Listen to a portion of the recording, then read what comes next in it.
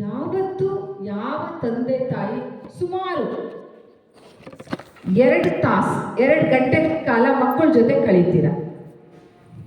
ಕೈ ಮೇಲೆ ಬರ್ಲಿ.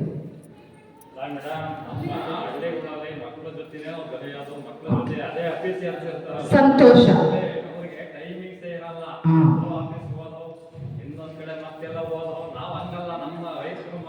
ಎಸ್, ಯಾಕೆ ಪ್ರಶ್ನೆ ಕೇಳಿದೆ ಅಂದ್ರೆ, ನಾನು ಹೋಗಿದ ಕಡೆ ಎಲ್ಲ ಸ್ಕೂಲ್ ಬರೋ ತನಕ ಅವ್ರ ಜೊತೆಲೇ ಇರ್ತೇವೆ. ಎಲ್ಲ ನಮ್ಮ ಮಕ್ಕಳ ಜೊತೆ ಆಫೀಸ್ ಇರ್ತಾವಲ್ಲ, ಅವ್ರಿಗೂ ಮಕ್ಕಳಿಗೂ ಬಾಂಧವ್ಯ. ಅದಕ್ಕೇನೆ ಈಗ ಉತ್ತರ ಅದಕ್ಕೇನೆ ಬಂದಿದ್ದ ನಾನು, ಅದಕ್ಕೆ ಆ ಪ್ರಶ್ನೆ ಕೇಳಿದ್ ನಾನು. ಆಫೀಸಲ್ಲಿ ಎಲ್ಲ ಸುಸ್ತಾಗಿ ಬಂದಿರ್ತಾ ಇದ್ದು, ಯಾವ ಟೆನ್ಷನ್ ಅಲ್ಲಿ ಬಂದಿರ್ತಾರೆ, ಎಲ್ಲ ಕಡೆ ಯಾವಾಗ ಏನಾದ್ರು ಕೆಲಸ ಮಾಡ್ಕೊಂತಾರೆ. ನಾವು ರೈತರುಗಳು ಹಂಗಲ್ಲ, ನಾವು ಎಷ್ಟೇ ನೀವೆಲ್ಲಾನು ಒಟ್ಟಾಗಿ ಆಗ್ಲೇ ಹೇಳಿದ್ರಲ್ವಾ, ನಾವೇನೇನ್ ಮಾಡ್ತೀವಿ ಅದೆಲ್ಲ ಪ್ರೀತಿ ಅಂತಂದ್ರಿ. ಓಕೆ, ಅದನ್ನ ನಾನು ಸ್ವಲ್ಪ ಸವಿಸ್ತಾರವಾಗಿ ಹೇಳ್ತಾ ಇದ್ದೀನಿ. ಇದೇ ಪ್ರಶ್ನೆ ನಾನು ಹೋಗಿದ ಕಡೆ ಎಲ್ಲ ಕೇಳ್ತೀನಿ, ವಿಶೇಷವಾಗಿ ನಗರಗಳಲ್ಲಿ. ನಗರ ಅಂದ್ರೆ ಸಿಟಿಗಳಲ್ಲಿ ಒಬ್ಬರದ್ದು ಪೇರೆಂಟ್ಸ್ ಕೈ ಮೇಲೆ ಬರಲ್ಲ. ಯಾಕೆ ಹೇಳಿ?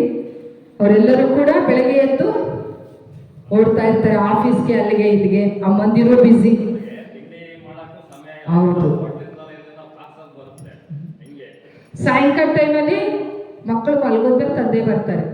ಅಂದರೆ ಇಲ್ಲಿ ನಮ್ಮ ಹಳ್ಳಿಗಳಲ್ಲಿ, ನಮ್ಮ ಪುಟ್ಟ ಪುಟ್ಟ ಊರುಗಳಲ್ಲಿ ಆ ಸಮಸ್ಯೆ ಎದ್ದು ಕಾಣಲ್ಲ. ಇವತ್ತು ಕಾಣಲ್ಲ ಇರ್ಬೋದು, ಇವತ್ತಿದ್ದು ಶೆಟ್ಟಳ್ಳಿ ಇನ್ನ ಕೆಲವು ವರ್ಷಗಳಲ್ಲಿ ಬದಲಾವಣೆ ಆಗ್ಬೋದು. ಅರ್ಥ ಆಗ್ತಾ ಇದೆಯಲ್ವಾ? ಆಗ್ಬೋದು. ಆದ್ರೆ ಈಗ ನೀವು ತೋರಿಸ್ತಾರಂತ ಪ್ರೀತಿ, ನೀವು ಕೊಡುವಂತ ಸಮಯ ಇದೆಯಲ್ಲ, ಅದು ಅತ್ಯಮೂಲ್ಯವಾದಂತ ಸಮಯ. ಅತ್ಯಮೂಲ್ಯವಾದಂತ ಸಮಯ. ಅದಕ್ಕಿಂತ ಬೇರೆ ಉಡುಗೊರೆ ತಂದೆ ತಾಯಿ ಆದವರು ಮಕ್ಕಳಿಗೆ ಕೊಡ್ಲಿಕ್ಕೆ ಸಾಧ್ಯ ಇಲ್ಲ. ಏನ್ ಸಮಯ? 2 ಅವರ್ ಇರ್ತೀವಿ, 3 ಅವರ್ ಇರ್ತೀವಿ, 4 ಅವರ್ ಇರ್ತೀವಿ. 4 ಅವರಲ್ಲಿ ಏನ್ ಮಾಡಿದ್ವಿ? ನಮ್ಮ ಕೆಲಸ ನಾವು ಮಾಡಿದ್ವಿ, ಹಾಲು ಕರೆದ್ವಿ, ಅಲ್ಲಿ ಇದಕ್ಕೆ ಹಾಕಿದ್ವಿ, ಹೋಗಿ ನಮ್ಮ ಕೆಲಸ ಮಾಡಿದ್ವಿ, ಅದು ಮಾಡಿದ್ವಿ, ಇದು ಮಾಡಿದ್ವಿ. ಕರೆಕ್ಟಾ ನಾನು ಹೇಳ್ತಿರೋದು? ಯಾವ ತಂದೆ ತಾಯಿ ಮಗುವಿನ ಪಕ್ಕದಲ್ಲಿ ಕೂತ್ಕೊಂಡು, ಮಗ ಯಾಕೆ ಇವತ್ತು ಸಪ್ಪಗಿದೆಯಾ, ಯಾಕೆ ಶಾಲೆಗೆ ಹೋಗಲ್ಲ ಅಂತ ಇದೆಯಾ, ಏನಾದರೂ ಸಮಸ್ಯೆನಾ, ಏನಾದರೂ ತೊಂದರೆ ಇದೆಯಾ, ಯಾಕೆ ಚೆನ್ನಾಗಿ ಓದ್ತಿಲ್ಲ, ಯಾಕೆ ಪಾಠ ಅರ್ಥ ಆಗ್ತಿಲ್ಲ, ಕಾರಣ ಏನಿರ್ಬೋದು? ಕರೆಕ್ಟ್ ಅಲ್ವಾ? 3 ಅವರ್ ಇದ್ದೀವಿ, 4 ಅವರ್ ಇದ್ದೀವಿ, 5 ಅವರ್ ಇದ್ದೀವಿ. ಕರೆಕ್ಟ್. ಆ 5 ಅವರಲ್ಲಿ ನಿಮ್ಮ ಮಕ್ಕಳು ನಿಮ್ಮ ಹತ್ರ 5 ಅವರ್ ನನ್ನ ಜೊತೆ ಇರು ಅಂತ ಖಂಡಿತ ಕೇಳಲ್ಲ. 5 ಅವರಲ್ಲಿ 15 ನಿಮಿಷ ಅಥವಾ 10 ನಿಮಿಷ ಜೊತೆಯಲ್ಲಿ ಕೂತ್ಕೊಂಡು ಮಕ್ಕಳ ಮೇಲೆ, ಗಂಡ್ಮಕ್ಳು ಹೆಣ್ಮಕ್ಳು, ಹೆಗ್ಲ ಮೇಲೆ ಕೈ ಹಾಕೊಂಡು ತಲೆ ಸವರ್ತಾ ಬೆಂತಡ್ತಾ ಮಾತಾಡಿದೀವ. ಮಾತಾಡ್ತಾ ಇದ್ರೆ ತುಂಬ ಸಂತೋಷ, ತುಂಬ ಸಂತೋಷ. ಯಾಕೆಂದ್ರೆ ನಿಮ್ಮಿಂದ ನಾವು ಕಲ್ತ್ಕೊಂಡು ಬೇರೆ ಕಡೆ ಹೇಳ್ಬೇಕು ನಾವು. ಇದು ಎಲ್ಲೋ ಒಂದು ಕಡೆ ಇತ್ತೀಚಿನ ದಿನಗಳಲ್ಲಿ ಮಕ್ಕಳಿಗೆ ಮಿಸ್ ಆಗ್ತಾ ಇದೆ. ಊಟ ಮಾಡ್ತಾ ಇದ್ದೀವಿ, ಈಗಲೂ ಹೇಳ್ತಿರಬೇಕಾರೆ ನೀವು ಒಟ್ಟಿಗೆ ಕೂತ್ಕೊಂಡು ಊಟ ಮಾಡ್ತೀವಿ. ಆಧುನಿಕ ಕಾಲ ಬಂದು ಈ ಮೊಬೈಲ್ ಅನ್ನೋದೊಂದು ಬಂದು ಯಾವ ಮಕ್ಕಳಿಗೆ ಅದೇ ತಂದೆ ತಾಯಿ. Correct sir. ಸೊ ಈಗ ಹೇಳಿದ್ರೆ ನೀವೇನು ಕಳೀತಾ ಇದ್ದೀವಿ ಮಕ್ಕಳ ಜೊತೆ ಅಂತ. ಆ ಸಮಯನೇ ಹೇಗೆ ಕಳೀತೀರಾ?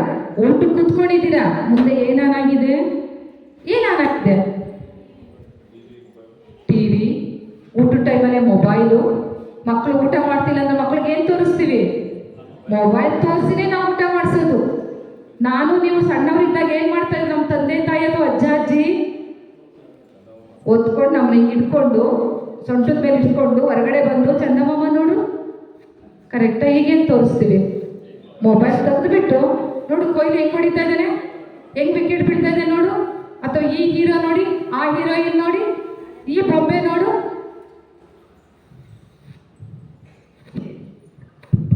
ಹೇಳಿ ಈಗ ನೀವು ಸಮಯ ಕಳೀತಾ ಇದ್ರೆ ನಾನು ಖಂಡಿತ ಇಲ್ಲ ಅಂತ ಹೇಳಲ್ಲ. ಆ ಸಮಯನ ಮಕ್ಕಳ ಜೊತೆ ಹೇಗೆ ಕಳೀತಾ ಇದ್ದೀವಿ? ಮಗು ವೀಕ್ ಆಗಿದೆ ಸ್ಟಡೀಸಲ್ಲಿ, ಓದಕ್ಕಾಗ್ತಿಲ್ಲ. ಯಾಕೆ? ಟ್ಯೂಷನ್ಗೆ ಹಾಕಿದ್ದೀನಿ ಸಿಸ್ಟರ್, ಟ್ಯೂಷನ್ಗೆ ಹಾಕಿದ್ದೀನಿ, ಸ್ಕೂಲಲ್ಲಿ ಕಳಿಸ್ತೀನಿ, ಯೂನಿಫಾರ್ಮ್ ತಗೊಂಡಿದ್ದೀನಿ, ಫೀಸ್ ಕಟ್ಟಿದ್ದೀನಿ, ಕೇಳಿದೆಲ್ಲ ಕೊಡಿಸ್ತೀನಿ ಅಂದರೂ ಪಾಸ್ ಆಗಲ್ಲ ಸಿಸ್ಟರ್. ಅದಕ್ಕೆ ತಂದೆ ಅಥವಾ ತಾಯಿ ಆದವರು ಮಕ್ಕಳು ಪಕ್ಕ ಕೂತ್ಕೊಂಡು ಅವರ ಯೋಗಕ್ಷೇಮನ ವಿಚಾರಿಸ್ಕೋಬೇಕು. ಮಗ ಯಾಕೆ, ಏನು ತೊಂದರೆ ಆಗ್ತಾ ಇದೆ, ಎಲ್ಲಿ ಎಡುತ್ತಾ ಇದೆಯಾ, ಶಾಲೆಲ, ಮನೇಲ, ನಿನ್ನ ಸ್ನೇಹಿತರು ಯಾರು, ಎಲ್ಲಿ ಕಷ್ಟ ಆಗ್ತಾ ಇದೆ, ಮ್ಯಾಥ್ಸಾ, ಸೈನ್ಸಾ, ಇಂಗ್ಲೀಷಾ, ಹಿಂದಿನ. ಇದಕ್ಕೆ ನಮಗೆ ಸಮಯ ಇಲ್ಲ. ಒಟ್ಟಿಗೆ ಊಟ ಮಾಡ್ತೀವಿ, ಒಟ್ಟಿಗೆ ಪಿಕ್ನಿಕ್ ಹೋಗ್ತೀವಿ, ಅಲ್ಲಿ ಎಲ್ಲ ಕಡೆ ಹೋಗ್ತೀವಿ ನಾವು, ಅದು ಒಟ್ಟಾರೆ ಆಯಿತು. ನಾನು ಹೇಳ್ತಿರೋದು ವೈಯಕ್ತಿಕವಾಗಿ ಯಾರು ಮಕ್ಕಳು ತಂದೆ ಜೊತೆ ಕೂತ್ಕೊಂಡು ಅವರ ಆಗು ಹೋಗುಗಳಿಗೆ ಸ್ಪಂದಿಸ್ತೀರಾ, ಇದು ತುಂಬಾನೇ ಇಂಪಾರ್ಟೆಂಟ್. 3 ಅವರ್ 4 ಅವರ್ 5 ಅವರ್ ಕಳೆದೆ ಅನ್ನೋದಲ್ಲ, ಅದಕ್ಕಿಂತ ಹೆಚ್ಚಾಗಿ 10 ನಿಮಿಷ ಆಗಿರ್ಬೋದು. ತೊಡೆ ಮೇಲೆ ಮಲಗಿಸ್ಕೊಂಡು ಎದೆಗೆ ಒರಗಿಸ್ಕೊಂಡು ನೀವು ಮಕ್ಕಳನ್ನ ಮುದ್ದು ಮಾಡಿ, ಖಂಡಿತವಾಗಿ ಕೂಡ ನೀವೇನು ಅನ್ಕೊಂಡಿದ್ದೀರ ನಿಮ್ಮ ಮಕ್ಕಳ ಬಗ್ಗೆ ಅದು ಹಾಕ್ತಾರೆ ಅವರು, ಹಾಗೇ ಹಾಕ್ತಾರೆ. ಮಕ್ಕಳಿಗೆ ಎಲ್ಲೋ ಒಂದು ತಂದೆ ತಾಯಿಯ ಸ್ಪರ್ಶ ಕಡಿಮೆ ಆಗ್ತಾ ಇದೆ. ಕಡಿಮೆ ಆಗಿದೆ ಅಂತ ಹೇಳ್ತಿಲ್ಲ, ಕಡಿಮೆ ಆಗ್ತಾ ಇದೆ. ತಾನೇ ಹೇಳ್ದಂಗೆ ಮೊಬೈಲ್ ಆಗಿರ್ಬೋದು, ಟಿ ವಿ ಆಗಿರ್ಬೋದು, ಇಂಟರ್ನೆಟ್ ಆಗಿರ್ಬೋದು, ಈ ಮೊಬೈಲಲ್ಲಿ ಬರೋವಂಥ ಒಂದು ಗೇಮ್ಸ್, ವಿಡಿಯೋ ಗೇಮ್ಸ್ ಎಲ್ಲ ಬರ್ತಾವಲ್ಲ ಅದಾಗಿರ್ಬೋದು, ಅಥವಾ ಇದು ಯಾವುದು ಗೇಮ್ಸ್ ಬಗ್ಗೆ ವಿಡಿಯೋ ಇನ್ನೊಂಥರ ಒಂದು ವೈರಲ್ ಆಗ್ತಾ ಇದೆ ಎಲ್ಲ ಕಡೆ. ಆ ಒಂದು ಕುತೂಹಲ ಕಾರ್ಯ ಉಂಟು ಮಾಡುವಂಥ ಆಟಗಳೀಗ ಬಂದಿವೆ. ಈಗ ಏನೋ ಸ್ಟಾರ್ಟ್ ಮಾಡಿದರೆ ಏನಾಗ್ಬೋದು ಅಂತ್ಯ ಏನು, ಎಂಡೇನು, ಈ ಕ್ಯೂರಿಯಾಸಿಟಿ ಎಲ್ಲೋ ಮಕ್ಕಳಿಗೆ ಬೇರೆ ಕಡೆಗೆ ಎಳೆಯುವಂಥ ಸಾಧ್ಯತೆ ಇದೆ. ಆದ್ರಿಂದ ಪ್ರತಿಯೊಬ್ಬ ಪೋಷಕರಲ್ಲಿ ನನ್ನ ವಿನಂತಿ ಏನು ಅಂತ ಹೇಳಿದ್ರೆ, 1 ಅವರ್ ಬೇಡ, ½ an hour ಬೇಡ, ಕೇವಲ 10-15 ನಿಮಿಷಗಳು ನಿಮ್ಮ ಮಕ್ಕಳ ಜೊತೆ ಅವ್ರ ಜೊತೆ ಕೂತ್ಕೊಂಡಾಗ ಮಾತ್ರ ಮಗು ಏನು ಮಾಡ್ತಾ ಇದ್ದಾಳೆ, ಏನು ಓದ್ತಾ ಇದ್ದಾನೆ, ಎಲ್ಲಿ ಹೋಗ್ತಾಳೆ, ಯಾಕೆ ವಿದ್ಯೆಯಲ್ಲಿ ಕಡಿಮೆ ಆಗ್ತಾ ಇದೆ, ಯಾಕೆ ಎಷ್ಟು ಹೇಳ್ಕೊಟ್ರು ಕೂಡ ಮಂಕಾಗಿರ್ತಾಳೆ, ಎಷ್ಟು ಪ್ರೀತಿ ಕೊಟ್ಟರು ಕೂಡ ಯಾಕೆ ಅವಳು ಮುಂದೆ ಬರ್ತಿಲ್ಲ, ಏನು ಸಮಸ್ಯೆ ಅನ್ನೋದನ್ನ ಶಿಕ್ಷಕಿಗಿಂತ ಹೆಚ್ಚಾಗಿ ಪೋಷಕರಿಗೆ ಅರ್ಥ ಆಗಬೇಕು. ನಾವೇನು ಮಾಡ್ತೀವಿ, ಮೇಡಮ್ ನೋಡಿ ಯಾಕೆ ಸರಿ ಓದ್ತಿಲ್ಲ, ವಿಚಾರಿಸಿ ಸ್ವಲ್ಪ. ಅವರು ಸೆಕೆಂಡ್, ಫಸ್ಟ್ ನೀವು. ನಿಮ್ಮ ಮಕ್ಕಳ ಒಂದೊಂದು ಮಿಡಿತ ನಿಮ್ಗೆ ಅರ್ಥ ಆಗುತ್ತೆ, ಅರ್ಥ ಆಗಬೇಕು. ಅವ್ರು ಕೇವಲ ಬುದ್ಧಿ ಬಂದಿದ ತಕ್ಷಣ ಅವ್ರಿಗೆ ಶಾಲೆಗೆ ಹಾಕ್ಬಿಟ್ರೆ ಜವಾಬ್ದಾರಿ ಮುಗ್ದೋಗಿಲ್ಲ. ಜವಾಬ್ದಾರಿ ಇನ್ನೂ ಜಾಸ್ತಿ ಆಗುತ್ತೆ ಹೊರತು ಕಡಿಮೆ ಆಗಲ್ಲ. ನೀವು ಯೂನಿಫಾರ್ಮ್ ಕೊಡಿಸ್ಬೋದು, ಫೀಸ್ ಕಟ್ಬೋದು, ಏನ್ ಬೇಕು ಅದೆಲ್ಲ ಮಾಡಿಕೊಡ್ಬೋದು. ಅದೆಲ್ಲದಕ್ಕಿಂತ ಹೆಚ್ಚಾಗಿ ನಿಮ್ಮ ಸ್ಪರ್ಶ. ಸಿಟಿ ಕಡೆ ನಾನು ನೋಡ್ತಾ ಇರ್ತೀನಿ, ಶಾಲೆ ಬಿಟ್ಟಿದ ತಕ್ಷಣ ಮಕ್ಕಳು ಮನೆಗೆ ಬಂದಾಗ ಮನೆ ಬೀಗ ಹಾಕಿರುತ್ತೆ. ಏನ್ ಹೇಳ್ತಾರೆ, ಟೆಕ್ 1 ಕೀ, ನಿಮ್ದು 1 ಕೀ, ಮನೇದು 1 ಕೀ, ಮಗುದು ಬ್ಯಾಗ್ ಒಳಗಡೆ ಇಟ್ಟಿರ್ತಾರೆ. ನೀನು ಬೇಗ ಬಂದಿದ ತಕ್ಷಣ ತೆಗೆದ್ಬಿಟ್ಟು ಒಳಗಡೆ ಹೋಗಿ ಕೂತ್ಕೊಂಡು ಟಿವಿ ನೋಡು. ಓಕೆ, ಈಗ ನಾವೀಗ ಹಳ್ಳಿಲಿರೋದ್ರಿಂದ ಅಂತ ಸಮಸ್ಯೆಗಳಿರಲ್ಲ. ಮನೇಲಿ ಅಜ್ಜನೋ ಅಜ್ಜಿನೋ ಅಪ್ಪನೋ ಅಮ್ಮನೋ ಯಾರೋ ಇರ್ತಾರೆ. ಶಾಲೆ ಬಿಟ್ಟಿದ ತಕ್ಷಣ ಮಕ್ಳು ಏನು ಎಕ್ಸ್ಪೆಕ್ಟ್ ಮಾಡ್ತಾರೆ, ನನ್ನ ಮನೆಗೆ ಹೋಗಿದ ತಕ್ಷಣ ದೂರದಿಂದ ಅಪ್ಪ ಅಮ್ಮನ ನೋಡಿದ ತಕ್ಷಣ ಮಕ್ಳು ಏನು ಮಾಡ್ತಾರೆ, ಅಪ್ಪ ಅಮ್ಮ ಅಂತ ಕೂತ್ಕೊಂಡು ಓಡ್ ಬಂದು ನಿಮ್ಮನ್ನ ಅಪ್ಕೋತಾರೆ. ಎಷ್ಟು ಮಂದಿ ಅಪ್ಕೋತಾ ಇದ್ದೀರಾ? ನಾನು ಯಾರನ್ನ ಕೈ ಮೇಲ್ ಮಾಡಿ ಅಂತ ಕೇಳ್ತೀನಿ. ಅಂತ ಒಂದು ಸ್ಪರ್ಶ ಮಕ್ಕಳಿಗೆ ಬೇಕಾಗಿರೋದು. ಈಗ ನಗರ ಕಡೆ ಎಲ್ಲ ಏನಾಗಿದೆ, ಆಯಮ್ಮದಿರ್ನ ನೇಮಿಸಿದ್ದಾರೆ, ಅಟೆಂಡರ್ ಒಬ್ರು ಕರ್ಕೊಂಡು ಬರೋಕ್ಕೆ ಕರ್ಕೊಂಡು. ಎಷ್ಟು ಪ್ರೀತಿ ಕೊಡ್ಬೋದು ಅವರು, ಎಷ್ಟು ಮಕ್ಕಳ ಜೊತೆ ಮಾತಾಡ್ಕೊಂಡು ಬರ್ಬೋದು. ಮಕ್ಕಳು ಕಾಯ್ತಾ ಇರ್ತಾರೆ ಶಾಲೆಯಲ್ಲಿ ಏನಾಯ್ತು ಅದನ್ನ ಹೇಳಕ್ಕೆ. ಮಮ್ಮಿ ಹಿಂಗಾಯ್ತು, ಡ್ಯಾಡಿ ಹಿಂಗಾಯ್ತು, ಎಕ್ಸ್ಪ್ಲೇನ್ ಮಾಡಕ್ಕಿದ್ದಾರೆ. ನಾವೇನು ಮಾಡ್ತೀವಿ, ಬಾಯ್ ಮುಚ್ಚು, ಫೋನ್ ಬರ್ತಾ ಇದೆ, ನಿಮ್ಮಪ್ಪ ಕಾಲ್ ಮಾಡೋರು, ಸುಮ್ಮನಿರು. ಕರೆಕ್ಟಾ? ಎಲ್ಲಿ ಬಿಡ್ತೀವಿ, ಸ್ವತಂತ್ರ ಎಲ್ಲಿ ಕೊಡ್ತೀವಿ ಮಕ್ಕಳಿಗೆ? ಹೆಚ್ಚು ಮಾತಾಡೋಕ್ಕಾಗಲ್ಲ ಮಕ್ಕಳು. ಅಷ್ಟೇ, ಏನೋ ಒಂದು ಫೋನ್ ಬಂತು, ಹೋಗಿ ಒಳಗಡೆ ಮಮ್ಮಿ ಇದ್ದಾರೆ, ನಾನು ಹೊರಗಡೆ ಹೋಗ್ಬಿಟ್ಟು ಬರ್ತಾ ಇದ್ದೀನಿ, ಹೊಲಕ್ಕೆ ಹೋಗ್ತಾ ಇದ್ದೀನಿ, ಅಲ್ಲಿ ಹೋಗ್ತಾ ಇದ್ದೀನಿ. ಮಕ್ಕಳಿಗಾಗ ಏನಾಗುತ್ತೆ, ಏನು ಹೇಳಬೇಕಿತ್ತು ಅದನ್ನ ಹೇಳಲ್ಲ. ಯಾಕೆಂದ್ರೆ ನನ್ನ ಕೇಳಿಸ್ಕೊಳ್ಳೋರು ಯಾರು ಇಲ್ಲ, ನನ್ನ ಗಮನಿಸೋರು ಯಾರು ಇಲ್ಲ. ಯಾರಿಗೆ ಹೇಳಬೇಕು? ಮಗು ಒಳಗಡೆನೇ ಇಟ್ಕೊಳ್ಳುತ್ತೆ. ಮನೇಲಿ ಬಂದರೆ ಅಮ್ಮ ಬ್ಯುಸಿ, 2:30ಗೆ ಧಾರಾವಾಹಿ ಇದೆ, ಸಾಯಂಕಾಲ ಮತ್ತೆ ಧಾರಾವಾಹಿ ಇದೆ, ಡಿಸ್ಟರ್ಬ್ ಮಾಡಬೇಡ, ನೀನು ಕೂತ್ಕೊಂಡು ಒಂದು ರೂಮಲ್ಲಿ ಕೂತ್ಕೊಂಡು ಓದ್ಕೊಂಡು ಬರಕು, ಇಲ್ಲ ಟ್ಯೂಷನ್ಗೆ ಹೋಗು. ಪೋಷಕರೇ, ನಾನು ಹೇಳ್ತಿರೋದು ಏನಾದರೂ ತಪ್ಪಿದೆಯಾ? ಇದೆಲ್ಲ ದಿನ ನಿಮ್ಮನೆ ನಮ್ಮನೆ ಎಲ್ಲ ಕಡೆ ನಡೆಯುವಂಥ ಒಂದು ನೈಜ ಸಂಗತಿ. ಇದರಿಂದ ಏನಾಗಿದೆ, ಮಕ್ಕಳು ಗೊತ್ತಾಗಿದೆ ಮಮ್ಮೀಸ್ ಇಂಟ್ರೆಸ್ಟೆಡ್ ವಿತ್ ಸೀರಿಯಲ್. ಅಪ್ಪ ಲೇಟಾಗಿ ಬರ್ತಾರೆ, ಫುಲ್ ಕೆಲಸ ಮಾಡಿರ್ತಾರೆ, ರಾತ್ರಿಗೆ ಒಂದು ಏನು ದೇಹಕ್ಕೆ ಒಂದು ಸ್ವಲ್ಪ ನಿದ್ರೆ ಬರಲಿ ಅಂತ ಸ್ವಲ್ಪ ಹಾಕೊಂಡು ಬಂದಿರ್ತಾರೆ. ಕೆಲವೊಂದು ಪೇರೆಂಟ್ಸ್ಗಳು ಮಾತನಾಡಲ್ಲ ಮಕ್ಳ ಹತ್ರ, ಮಾತಾಡಲ್ಲ ಮಕ್ಳ ಹತ್ರ. ಸುಸ್ತಾಗಿರ್ತಾರೆ, ಸ್ವಲ್ಪ ಕುಡಿದು ಬರ್ತಾರೆ, ಹೋಗಿ ಮಲಿಕೊಂಡ್ಬಿಡ್ತಾರೆ. ಯಾರ ಹತ್ರ ಮಾತಾಡುತ್ತೆ ಮಗು? ಯಾರ ಹತ್ರ ಹೇಳುತ್ತೆ? ಸೊ ಎಲ್ಲವೂ ಕೂಡ ಇಂಥ ಒಂದು ಬಿಕ್ಕಟ್ಟಿನಲ್ಲಿ ಇತ್ತೀಚಿನ ಮಕ್ಕಳು ಬೆಳೀತಾ ಇದ್ದಾರೆ. ಮನೆ ಚಿಕ್ಕದಾಗಿದ್ರೆ, ಸ್ಥಳ ಇಲ್ದಿದ್ರೆ ಒಂದೇ ಕೊಠಡಿಲಿ, ಒಂದೇ ಕೋಣೆಯಲ್ಲಿ ಅಲ್ಲೇ ಓದಬೇಕು, ಅಲ್ಲೇ ಅಡುಗೆ, ಅಲ್ಲೇ ಅಪ್ಪ ಅಮ್ಮದು. ಕೆಲವು ಟೈಮಲ್ಲಿ ಜಗಳಗಳು, ಅಪ್ಪ ಕುಡಿದು ಬಂದು ಬೇರೆ ಬೇರೆ ಮಾತುಗಳಲ್ಲಿ, ಬೇರೆ ಬೇರೆ ಭಾಷೆಗಳಲ್ಲಿ ಬೈಯೋದು. ಅಮ್ಮ ಇದನ್ನು ಅವಾಯ್ಡ್ ಮಾಡೋದಕ್ಕೆ ಜೋರಾಗಿ ಟಿವಿ ಹಾಕೋದು. ಮಗು ಹೆಂಗ್ ಓದ್ತಾಳೆ? ನಾನು ಕೂಡ ಮಗ್ಗೆ ಎಲ್ಲ ಕಡೆ ಹೋಗಿದ್ದೀನಿ. ಮಕ್ಕಳು ಬಂದು ಹೇಳಿಕೊಂಡಾಗಲೇ ನಮಗೆ ಗೊತ್ತಾಗೋದು, ಹೆಂಗೆ ಓದ್ರಿ ಸಿಸ್ಟರ್, ನನಗೆ ಪರೀಕ್ಷೆ ಬರ್ತಾ ಇದೆ, ಮನೇಲಿ ಈ ಥರ ವಾತಾವರಣ ಇದೆ, ನಾನು ಏನು ಮಾಡಬೇಕು?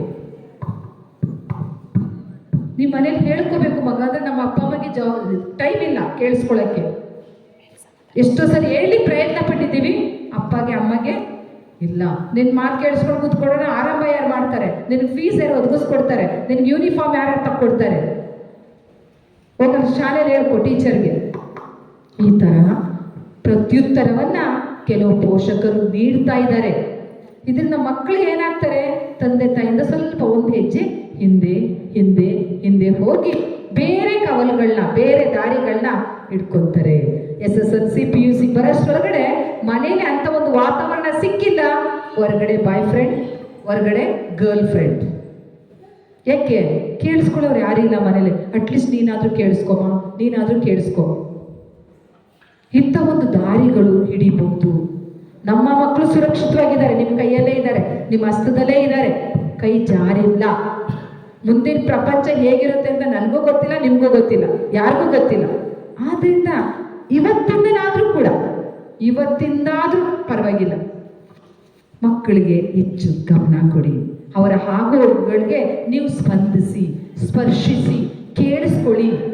ಅವ್ರಿಗೇನು ಬೇಕು ಎಲ್ಲ ತಕ್ಕೊಡಿ, ಇಲ್ಲ ಅಂತ ಹೇಳಲ್ಲ.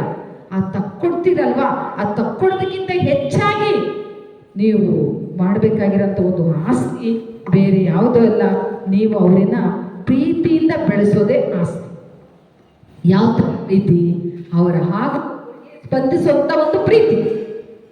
ಮಕ್ಕಳು ದೊಡ್ಡವರಾದ್ಮೇಲೆ ನಮ್ಮಪ್ಪ ಕೊಟ್ರು ಅಂತ ಕೇಳಲ್ಲ, ನಮ್ಮಮ್ಮ ಅದೇ ಹೇಳಲ್ಲ. ಅವರು ನನ್ನ ಕಷ್ಟದಲ್ಲಿದ್ದಾಗ, ನನ್ನ ನೋವಲ್ಲಿದ್ದಾಗ, ನಾನು ಸರಿ ಓದದೇ ಇದ್ದಿದ್ದಾಗ ನನ್ನ ಅರ್ಥ ಮಾಡಿಕೊಂಡು, ನನ್ನ ಕೇಳಿಸ್ಕೊಂಡು ನನಗೆ ಸರಿ ದಾರಿ ತೋರಿಸಿದ್ರು.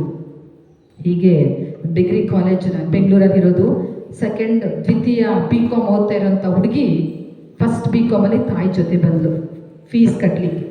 ಸೆಕೆಂಡ್ BCom ಬಂದಾಗ ಒಬ್ಬಳೇ ಬಂದಳು. ನಾನು ಕೇಳಿದೆ, ಯಾಕಮ್ಮ ಎಲ್ಲಿ ಮಮ್ಮಿ ಬಂದಿಲ್ಲ ಅಂತ ಹೇಳಿದ್ರೆ, ಅಯ್ಯೋ ಮಮ್ಮಿ ಕಿರಿಕ್ ಪಾರ್ಟಿ ಸಿಸ್ಟರ್, ಇದೇ ಪದ ಯೂಸ್ ಮಾಡಿದ್ದು, ಮಮ್ಮಿ ಕಿರಿಕ್ ಪಾರ್ಟಿ. ಓಕೆ, ಏನೋ ಯಾವುದೋ ಟೈಮಲ್ಲಿ ಬೈದಿರ್ತಾರೆ, ಹೇಳಿರ್ತಾರೆ, ನೀನು ಅದೇ ಒಂದು ಬಿರುದು ಕೊಟ್ಬಿಡೋಕ್ಕಾಗುತ್ತಮ್ಮ ಅಮ್ಮಗೆ ಅಂತ ಹೇಳಿದಾಗ, ಅಯ್ಯೋ ಕಷ್ಟ ಸಿಸ್ಟರ್. ಎಲ್ಲಿಗ ಅಮ್ಮ ಎಲ್ಲಿ ಹೊರಗಡೆ ನಿಂತಿದ್ದಾರೆ? ಕರೆ ಹೊರಗಡೆ ಹೇಳಿದ್ದಾರೆ ಸಿಸ್ಟರ್, ಮುದುಕರ ಆಶ್ರಮದಲ್ಲಿ ಹಾಕಿದ್ದೀನಿ. ಓಲ್ಡ್ ಏಜ್ ಹೋಮ್ ಕೇಳಿಸ್ಕೊಳ್ತಾ ಇದ್ದೀರಲ್ವಾ? ಆಗಲ್ಲ ಸಿಸ್ಟರ್, ಅವ್ರ ಜೊತೆ ಅಂತೂ ಇರ್ಲಿಕ್ಕಾಗಲ್ಲ. ನಾನು ಹೇಳಿದೆ, ಅಲ್ಲಮ್ಮ ನಿನ್ಗೆ 9 ತಿಂಗಳು ಎತ್ತಿ ಸಾಕಿ ಸಲಹಿ ಇಲ್ಲಿ ತಂದ ಕಾಪಾಡಿದ್ದಾರೆ, ಓದಿಸಿದ್ದಾರೆ. ಈಗ ನೀನು ನಿಮ್ಮ ತಾಯಿನ ನಿನ್ನ ಜವಾಬ್ದಾರಿ ಅಲ್ಲಮ್ಮ ನೋಡ್ಕೊಳ್ಳೋದು. ಸಿಸ್ಟರ್, ಅವ್ರಿಗೇನು ಬೇಕು ಅದನ್ನ ನಾನು ಕೊಡಿಸ್ತಾ ಇದ್ದೀನಿ ಸಿಸ್ಟರ್. ಬ್ಯಾಂಗ್ಳೂರಲ್ಲಿ ಯಾವುದೋ ಒಂದು ಹೆಸರು ಹೇಳಿದ್ಲು, ಆಶ್ರಮದಲ್ಲಿದ್ದಾರೆ. ಪ್ರತಿ ತಿಂಗಳು ಹೋಗ್ತೀನಿ, 1,700 ರೂಪಾಯಿ ಫೀಸ್ ಕಟ್ತೀನಿ, ಹೋದಾಗ ಒಂದು ಸ್ವಲ್ಪ ಹಣ್ಣು ಗಿಣ್ಣು ಕೊಟ್ಟು ಬರ್ತೀನಿ. ನನಗೂ ಅಷ್ಟೇ ಮಾಡಿದ್ದು ಸಿಸ್ಟರ್. ನನಗೇನು ಬೇಕು ಅದನ್ನು ಅವರನ್ನು ಕೂಡ ಐಸ್ ಕ್ರೀಮ್ ಅಂತೆ, ಮಸಾಲೆ ದೋಸೆ ಅಂತೆ, ಕೇಳಿದಾಗ ಡ್ರೆಸ್ಸು ಕೊಡ್ತೀನಿ. ನಾನು ಅದು ಕೊಡ್ತಾ ಇದ್ದೀನಲ್ಲ, ಈಗ ನಾನೇನು ಕಡಿಮೆ ಮಾಡಿದಲ್ಲ ನಮ್ಮ ಅಮ್ಮಗೆ. ನಾನು ಹೇಳಿದೆ, ಇಷ್ಟೇ ನೀನು ಅಮ್ಮಗೆ ರೆಸ್ಪೆಕ್ಟ್ ತೋರಿಸೋದು ಅಷ್ಟೇ ಸಿಸ್ಟರ್. ಅವ್ರು ನನಗೆ ಮಾಡಿದ್ರು, ನಾನು ಕೂಡ ಅಷ್ಟೇ ಮಾಡೋಕ್ಕಾಗೋದು. ನಮ್ಮಮ್ಮ ನನ್ನ ಜೊತೆ ಇದ್ದು ನನ್ನ ಅರ್ಥ ಮಾಡಿಕೊಂಡು ನನ್ನ ಎಲ್ಲ ಆಗುವಗಳಿಗೆ ಸ್ಪಂದಿಸೋದಕ್ಕೆ ಒಂದು 10-15 ನಿಮಿಷ ನಮ್ಮಮ್ಮನ ಟೈಮ್ ಇರಲಿಲ್ಲ ಸಿಸ್ಟರ್. ಪ್ರಶ್ನೆ ಹುಡುಗಿ ನನಗೆ ಕೇಳಿದ್ದು. ಅದಾದ್ಮೇಲೆ ಸುಮಾರು ಒಂದು 6 ತಿಂಗಳಾದ್ಮೇಲೆ ನಾನು ಅವಳ ಜೊತೆ ಹೋದೆ ಅವ್ರ ಅಮ್ಮನ ನೋಡ್ಲಿಕ್ಕೆ. ಅಮ್ಮನ ನೋಡಕ್ಕೆ ಹೋದಾಗ ಅಮ್ಮನ ಕಣ್ಣಲ್ಲಿ ನೀರು. ಕಣ್ಣೀರು. ಕೇಳಿದೆ, ಯಾಕಮ್ಮ ಅಳ್ತೀರಾ? ತಪ್ಪು ಮಾಡಿಬಿಟ್ಟೆ ಸಿಸ್ಟರ್, ನಾನು ಚಿಕ್ಕವಳಿದ್ದಾಗ ನಾನು ಬರೀ ಕೆಲಸ ಕೆಲಸ ಕೆಲಸ ಅಂತ ಹೇಳ್ಕೊಂಡು ನಾನು ನೋಡ್ಕೊಂಡು ಅವಳಿಗೆ ಏನು ಬೇಕು ಅದೆಲ್ಲ ಕೊಡಿಸ್ತಾ ಇದ್ದೆ. ನಾನು ಯಾವತ್ತೂ ಕೂಡ ಅವಳನ್ನ ಅರ್ಥ ಮಾಡ್ಕೊಳ್ಳಿಕ್ಕೆ, ಅವಳ ಮನಸ್ಸಲ್ಲಿ ಏನಿದೆ ಅಂತ ತಿಳ್ಕೊಳ್ಳಿಕ್ಕೆ ನಾನು ಪ್ರಯತ್ನ ಪಡಲಿಲ್ಲ. ಇವತ್ತು ನನಗೆ ಈ ಶಿಕ್ಷೆ. ಪೋಷಕರೇ, ಇದೆಲ್ಲ ನೈಜ ಘಟನೆಗಳನ್ನ ನಾನು ಮಾತಾಡ್ತಾ ಇದ್ದೀನಿ. ಇಂಥ ಒಂದು ಪರಿಸ್ಥಿತಿ ಯಾರಿಗೂ ಬರಬಾರ್ದು ಮುಂದಕ್ಕೆ. ಅಂದರೆ ಇವತ್ತು ನಾವು ನಮ್ಮ ಮಕ್ಕಳನ್ನ ಹೇಗೆ ಬೆಳೆಸ್ತಾ ಇದ್ದೀವಿ, ಯಾವ ರೀತಿ ಪ್ರೀತಿ ತೋರಿಸ್ತಾ ಇದ್ದೀವಿ, ಇದು ತುಂಬಾನೇ ಇಂಪಾರ್ಟೆಂಟು. ನೀವು ನಾನು ಎಲ್ಲರೂ ಕೂಡ ಯೋಚನೆ ಮಾಡುವಂಥ ಒಂದು ಸಂಗತಿ, ಇದು ವಿಷಯ ಇದೆ. ಅದರಿಂದ ದಯವಿಟ್ಟು ನಿಮ್ಮ ಸಮಯವನ್ನು, ಅತ್ಯಮೂಲ್ಯವಾದ ಸಮಯವನ್ನು 10 ನಿಮಿಷ, 15 ನಿಮಿಷ, 20 ನಿಮಿಷ ಜೊತೆಲಿರಿ, ಅವರ ಆಗೋಗಳಿಗೆ ಸ್ಪಂದಿಸಿ. ಇನ್ನೊಂದು ಕೆಟ್ಟದಾಗಿ ನಾವು ವರ್ತಿಸುವಂಥ ರೀತಿ ಏನು ಗೊತ್ತಾ? ಮನೇಲಿ 2-3 ಮಕ್ಕಳಿದ್ರೆ ಇವಳನ್ನ ಅವಳು ಏನು ಮಾಡ್ತೀವಿ? ಹೋಲಿಕೆ ಮಾಡ್ತೀವಿ, ಕಂಪೇರ್ ಮಾಡ್ತೀವಿ. ನೋಡು, ನೀವು ಮೂರು ನನ್ನ ನೋಟಿಲ್ತಾನೆ ಹುಟ್ಟಿದ್ದು. ಅವಳಿಷ್ಟು ಚೆನ್ನಾಗಿ ಓದ್ತಾಳೆ, ನೋಡು ಅವನಿಷ್ಟು ಬೆಳ್ಳಗಿದ್ದಾನೆ, ನೋಡು ಅವಳಿಷ್ಟು ಆ್ಯಕ್ಟಿವ್ ಆಗಿದ್ದಾಳೆ. ಅಷ್ಟೇ ಅಲ್ಲ, ಮನೆ ಮಕ್ಕಳಿಗೆಲ್ಲ ಪಕ್ಕದ ಮನೆ ನೋಡಿ, ಪಕ್ಕದ ಮನೆ ಸೀತಕ್ಕನ ಮಕ್ಕಳು ಹೆಂಗಿದ್ದಾರೆ, ನೀನು ಇದೆಯಾ? ಆಗ ಮಕ್ಕಳು ಏನಿಸುತ್ತೆ, ನಾವು ಹಿಂಗಿರೋದು ನಮ್ಮ ಅಪ್ಪ ಅಮ್ಮಗೆ ಇಷ್ಟ ಇಲ್ಲ ನೋಡಿ, ಬೇರೆಯವ್ರನ್ನ ಹೊಗಳ್ತಾರೆ. ಇಂಥ ಒಂದು ಸಂದಿಗ್ಧ ಪರಿಸ್ಥಿತಿಗಳು ತುಂಬಾನೇ ಇದ್ದಾವೆ ಸಮಾಜದಲ್ಲಿ. ನಮ್ಮ ಮಕ್ಕಳನ್ನ ನಾವು ಹೇಗೆ ನೋಡ್ಕೋಬೇಕು, ಕಾಪಾಡಬೇಕು ಅದನ್ನ ಬಿಟ್ಟು ಮಕ್ಕಳಲ್ಲೇ ಹೋಲಿಕೆ ಮಾಡೋದು, ಬೇರೆಯವ್ರ ಜೊತೆ ತಾರತಮ್ಯ ಮಾಡೋದು. ಆಗ ಮಕ್ಕಳಿಗೆ ನಮ್ಮ ಅಪ್ಪ ಅಮ್ಮ ನಮ್ಮ ಮೇಲೆ ಯಾವುದೇ ಒಂದು ಆತ್ಮವಿಶ್ವಾಸ ಇಟ್ಕೊಂಡಿಲ್ಲ, ಪ್ರೀತಿ ಇಟ್ಕೊಂಡಿಲ್ಲ, ಬೇಡ. ಮತ್ತೊಂದು ವಿಷಯ, ಎಲ್ಲ ಮಕ್ಕಳು ಕೂಡ ಇಂಜಿನಿಯರ್ ಆಗಕ್ಕಾಗಲ್ಲ, ಡಾಕ್ಟರ್ ಆಗಕ್ಕಾಗಲ್ಲ, ಲೆಕ್ಚರರ್ ಆಗಕ್ಕಾಗಲ್ಲ, ಪ್ರಿನ್ಸಿಪಲ್ ಆಗಕ್ಕಾಗಲ್ಲ.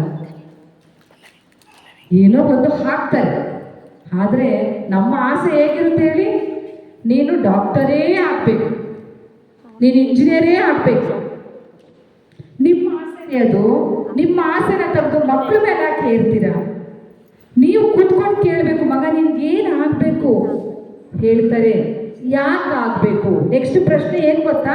ಯಾಕೆ ಡಾಕ್ಟರ್ ಆಗಬೇಕು ಅಂತ ಇದೆಯಾ? ಮಕ್ಕಳ ವಿಷಯನೇ ಗೊತ್ತಿರಲ್ಲ ಏನು.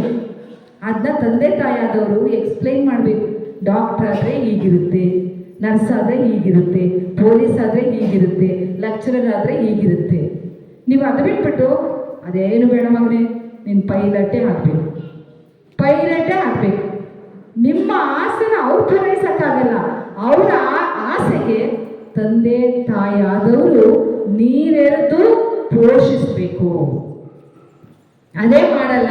ಆದರೆ ನಿಮಗೆ ನಾನು ಇಷ್ಟೊಂದು ಕೊಡ್ತೀನಿ ದುಡ್ಡು, ಹೆಂಗಾದ್ರೂ ಮಾಡ್ತೀನಿ, ನೀನು ಡಾಕ್ಟರ್ ಆಗಬೇಕು.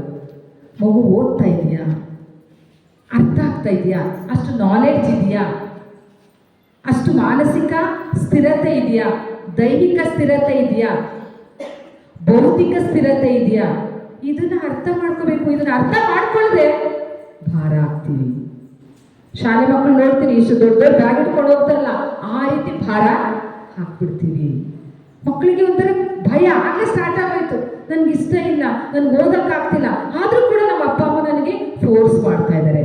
ಹಿಂಗೆ ಐ ಥಿಂಕ್ ಚಾಮರಾಜನಗರ ಕಡೆ ಹೋಗಿದ್ದೆ ನಾನು ಲಾಸ್ಟ್ ಇಯರು. ಒಂದು ಹುಡುಗ 10th ಸ್ಟ್ಯಾಂಡರ್ಡ್ ಹುಡುಗ ಮಾತಾಡಿದ್ದು ಮಾತು, ನೀವು ಹೆಸರು ಮೇ ಬಿ ರವಿ ಅನ್ಸುತ್ತೆ, ರವಿಕುಮಾರ, ರವೀಶ್ ಏನೋ ಇತ್ತು. ಹೀಗೆ ನಾನು 10th ಸ್ಟ್ಯಾಂಡರ್ಡ್ ಮಕ್ಕಳಿಗೆ ಮಾತಾಡಬೇಕಾದ್ರೆ ಎಕ್ಸಾಮ್ಗೆ ಸುಮಾರು ಒಂದು 20 ದಿನ ಇತ್ತು ದಿನಗಳಿದ್ದು. ಈ ಹುಡುಗ ನಾನು ಮಾತಾಡಬೇಕಾದ್ರೆ ಹೀಗೆ ಕೈ ಮೇಲೆ ಮಾಡ್ದೆ, ಸಿಸ್ಟರ್ ನಿಮ್ಮ ಹತ್ರ ಮಾತಾಡಬೇಕು, ಹೇಳಪ್ಪ ಏನು ಮಾತಾಡಬೇಕು ಹೇಳಿದ ತಕ್ಷಣ ಜೋರಾಗಿ ಹತ್ಬಿಟ್ಟ. ಯಾಕೆ ಅಳ್ತಾ ಇದೆಯಾ ಮಗ, ಏನಾಯಿತು, ಯಾಕೆ ಅಳ್ತಾ ಇದೆಯಾ, ಏನು ಪ್ರಾಬ್ಲಮಾ? ಇಲ್ಲ ನಿಮ್ಮ ಹತ್ರ ನಾನು ಪ್ರೈವೇಟಾಗಿ ಮಾತಾಡಬೇಕು. ನಾನು ಹೇಳಿದೆ, ಮಕ್ಕಳಿಗೆ ಎಲ್ರಿಗೂ ಅನುಕೂಲ ಇದ್ದರೆ ಇಲ್ಲೇ ಮಾತಾಡು. ಇಲ್ಲ ನಾನು ಮಾತಾಡಬೇಕು, ಹೊರಗಡೆ ಬನ್ನಿ ಸಿಸ್ಟರ್. ನನ್ನ ಕ್ಲಾಸ್ ಬಿಟ್ಟು ಹೀಗೆ ಹೋಗಿ ಹೊರಗಡೆ ನಿಂತ್ಕೊಂಡಾಗ ಹೇಳಿದೆ. ಏನಂತ ಹೇಳಿದೆ ಅಂದರೆ, ಸಿಸ್ಟರ್ ನನಗೆ ಮನೇಲಿ ಸಮಸ್ಯೆ ಇದೆ. ಏನು ಸಮಸ್ಯೆ? ನಮ್ಮ ಅಪ್ಪ ಇದ್ಕೊಂಡು ನನಗೆ ತುಂಬ ಒತ್ತಡ ಹೇರ್ತಾ ಇದ್ದಾರೆ. ನೀನು SSLCಲಿ 90%ಗಿಂತ ಜಾಸ್ತಿನೇ ತಗೋಬೇಕು, ಕೆಳಗಡೆ ತಗೋಬಾರ್ದು. 90%ಗಿಂತ ಜಾಸ್ತಿನೇ ತಗೋಬೇಕು, ಅದು ಕೆಳಗಡೆ ತಗೋಬಾರ್ದು. ನೀನೇನಾದರೂ ತಗೊಂಡ್ರೆ ನಾನು ನಿಮ್ಮಮ್ಮ ರೈಲ್ವೆ ಟ್ರ್ಯಾಕಿಗೆ ಹೋಗಿ ತಲೆ ಕೊಟ್ಬಿಡ್ತೀವಿ. ಅವನು ಹೇಳ್ತಾನೆ, ಸಿಸ್ಟರ್ ನನಗೆ ಇಷ್ಟು ಎಕ್ಸಾಮ್ಸ್ಗಳು ಆಗಿದೆ, ಪ್ರಿಪ್ರೇಟ್ರಿ ಎಲ್ಲ ಆಗಿದೆ, ನಾನು ಯಾವತ್ತೂ ಕೂಡ 65 ಮೇಲೆ ನನ್ನ ಪರ್ಸೆಂಟೇಜ್ ಹೋಗಿಲ್ಲ. ನಂದು ಇಷ್ಟೇ ಇರೋದು. ನಾನು ಒಂದು ವೇಳೆ ದೊಡ್ಡ ಎಕ್ಸಾಮಲ್ಲಿ 60, 65 ಅಷ್ಟರಲ್ಲೇ ಇರ್ಬೋದು ಸಿಸ್ಟರ್. ನಮ್ಮ ಅಪ್ಪ ಹಾಕಿದ ಗೆರೆನ ನನಗೆ ಮುಟ್ಲಿಕ್ಕಾಗಲ್ಲ. ಅದಕ್ಕೆ ನಾನೊಂದು ಡಿಸಿಷನ್ ತಗೊಂಡಿದ್ದೀನಿ. ನಾನೇ ಒಂದು ತೀರ್ಮಾನಕ್ಕೆ ಬಂದಿದ್ದೀನಿ. ಏನಪ್ಪ ತೀರ್ಮಾನ ಅಂದರೆ, ಪರೀಕ್ಷೆ ಬರೀತೀನಿ ಸಿಸ್ಟರ್. ಅಪ್ಪ ಅಮ್ಮ ಹೇಳ್ದಂಗೆ ಪರೀಕ್ಷೆ ಬರೀತೀನಿ. ಪರೀಕ್ಷೆ ಬರೆದಾದ್ಮೇಲೆ ನಾಳೆ ರಿಸಲ್ಟ್ ಅಂತ ಹೇಳ್ತಾರಲ್ಲ, ಆ ಹಿಂದೊಂದು ದಿನ ಅಪ್ಪ ಅಮ್ಮ ಬದಲು ನಾನೇ ಹೋಗಿ ರೈಲ್ವೆ ಇದಕ್ಕೆ ಕೊಟ್ಬಿಡ್ತೀನಿ, ತಲೆ ಕೊಟ್ಬಿಡ್ತೀನಿ ಅಂತ ಹೇಳಿ ಹುಡುಗ ಬಿಕ್ಕಿ ಹೇಳ್ತಾ ಇದ್ದಾರೆ. ಖಂಡಿತ ನಮ್ಮ ಅಪ್ಪ ಅಮ್ಮನ ಆಸೆ ನಂಗೆ ಈಡೇರಿಸಕ್ಕಾಗಲ್ಲ. ಅವ್ರು ಸಾಯ್ಬಾರ್ದು ಸಿಸ್ಟರ್. ನನ್ನಿಂದ ತಾನೇ ಅವರಿಬ್ಬರು ಹೋಗೋದು. ಅವ್ರು ಬೇಡ, ಅವ್ರು ಬೇಡ, ನಾನು ಹೋಗ್ತೀನಿ. ಯಾವ ಲೆವೆಲ್ ಥಿಂಕ್ ಮಾಡ್ತಾರೆ ಯೋಚನೆ ಮಾಡಿ. ನಮ್ಮ ಒಂದು ಅತಿಯಾದ ಆಸೆಗೆ ನಮ್ಮ ಮಕ್ಕಳು ಬಲಿಯಾಗ್ತಾರೆ. ಆದ್ರಿಂದ ನಿಮ್ಮ ಮಕ್ಕಳು ಏನಾಗಬೇಕು ಅನ್ನೋದನ್ನ ನೀವು ಅವ್ರ ಬಾಯಿಂದ ತಿಳ್ಕೊಳ್ಳಿ. ಅದಕ್ಕೆ ನೀವು ದಿನ ನೀರು ಹಾಕಿ, ಗೊಬ್ಬರ ಹಾಕಿ. ನೀರು ಗೊಬ್ಬರ ಬೇರೆ ಯಾವುದೂ ಅಲ್ಲ, ನಿಮ್ಮ ಪ್ರೀತಿ, ವಿಶ್ವಾಸ, ನಂಬಿಕೆನ ನಿಮ್ಮ ಮಕ್ಕಳ ಮೇಲೆ ಹೇರಿ. ನಮ್ಮ ಅಪ್ಪ ನನ್ನ ಜೊತೆ ಇದ್ದಾರೆ, ನಮ್ಮ ಅಮ್ಮ ನನ್ನ ಜೊತೆ ಇದ್ದಾರೆ. ನಾನೊಂದು ಕಡೆ ಕೇಳ್ತಾ ಇದ್ದೆ, ಮಕ್ಕಳನ್ನ ಮಾತಾಡ್ತೀನಿ ನಾನು, ಅವ್ರನ್ನ ನಿಮ್ಮ ಮಕ್ಕಳ ಹತ್ರನೂ ಮಾತಾಡ್ತೀನಿ ನಾನು. ಈಸ್ ಯುವರ್ ಹೀರೋ, ನಿಮ್ಮ ಮಾದರಿ ಯಾರು ಅಂತ ಕೇಳಿದ್ರೆ ಒಂದು ಮಕ್ಕಳು ಕೂಡ ನನ್ನ ತಂದೆ ಅಥವಾ ತಾಯಿ ಅನ್ನಲಿಲ್ಲ. ಹೂ ಇಸ್ ಅ ಮಾಡೆಲ್ ಅಂತ ಕೇಳಿದೆ ನಾನು. ಒಂದು ಹುಡುಗಿ ಹೇಳಲಿಲ್ಲ. ಅವ್ರು ಹೇಳಿದ್ದು ಯಾರು ಗೊತ್ತಾ? ಕೊಹ್ಲಿ, ಅನುಷ್ಕಾ, ಇನ್ನು ಯಾರ್ಯಾರು ಇಲ್ಲ ಸ್ಪೋರ್ಟ್ಸ್ ಇವ್ರ ಹೆಸರು ಹೇಳಿದ್ರು. ಆಗ ನಾನು ಕೇಳಿದೆ, ಮಕ್ಕಳ ಎತ್ತು ಹೊತ್ತು ಸಾಕಿ ಸಲಹಿ ಪ್ರತಿನಿತ್ಯ ನಿಮ್ಗೆಲ್ಲ ಕೊಡುವಂಥ ತಂದೆ ತಾಯಿ ಅಥವಾ ಶಿಕ್ಷಕಿಗೆ ನಿಮಗೆ ರೋಲ್ ಮಾಡಲಾಗಿಲ್ವಾ? ನೀವ್ಯಾಕೆ ಹೊರಗಡೆಯವ್ರನ್ನ ಯೋಚನೆ ಮಾಡ್ತೀರಾ? ಏನು ಹೇಳಿದ್ರು ಗೊತ್ತಾ? ಮಕ್ಕಳು ಅವ್ರು ಮಾಡುವಂಥ ಕೆಲಸ ಕಾರ್ಯಗಳನ್ನ ನೋಡಿ ನಮ್ಗೆ ಆಗೋಂಥ ನೆಮ್ಮದಿ ತಂದೆ ತಾಯಿಯಲ್ಲಿ ಸಿಗಲ್ಲ. ಹಾಗ ನಾನು ಹೇಳ್ದೆ, ದೂರದ ಬೆಟ್ಟ ನುಣ್ಣಿಗೆ, ಅವ್ರ ಬದುಕು ನಿಮಗೆ ಗೊತ್ತಿರಲ್ಲ. ಎಲ್ಲ ಒಂದು ಚುಟುಕು ನೋಡ್ಬಿಟ್ಟಿರ್ತೀರಾ, ನಿಮಗೆ ಆಕರ್ಷಣೆ ಬಂದಿರುತ್ತೆ. ಆಗ ಒಂದು ಹುಡುಗಿ ಹೇಳಿದ್ರು, ಆ ಹುಡುಗಿ ಹೆಸರು ಬಂದ್ಬಿಟ್ಟು ಅವಿಲ ಅಂತ. ಆ ಹುಡುಗಿ ಏನು ಹೇಳಿದ್ರು ಗೊತ್ತಾ? ನಮ್ಮ ಅಪ್ಪ ಅಮ್ಮ 10 ನಿಮಿಷ ನಮ್ಮ ಜೊತೆ ಇದ್ರು ಸಾಕು ಸಿಸ್ಟರ್. ಅವ್ರು ತೋರಿಸೋ ಪ್ರೀತಿ ವಿಶ್ವಾಸದಲ್ಲಿ ಅವ್ರು ಎಂಥವ್ರು ಅಂತ ಅರ್ಥ ಮಾಡ್ಕೊತಾ ಇದ್ವಿ. ಮಕ್ಕಳು ಯಾವ ರೀತಿ ನಾನು ನಿಮ್ಮನ್ನ ಕೂರಿಸ್ಬಿಟ್ಟು ಮಕ್ಕಳನ್ನ ಕೂರಿಸಿ ಮಾತಾಡಿದ್ರೆ ನಿಮಗೆ ಗೊತ್ತಾಗುತ್ತೆ ನಿಮ್ಮ ಮಕ್ಕಳಿಗೆ ನಿಮ್ಮ ಮೇಲೆ ಯಾವ ರೀತಿಯಾದಂತಹ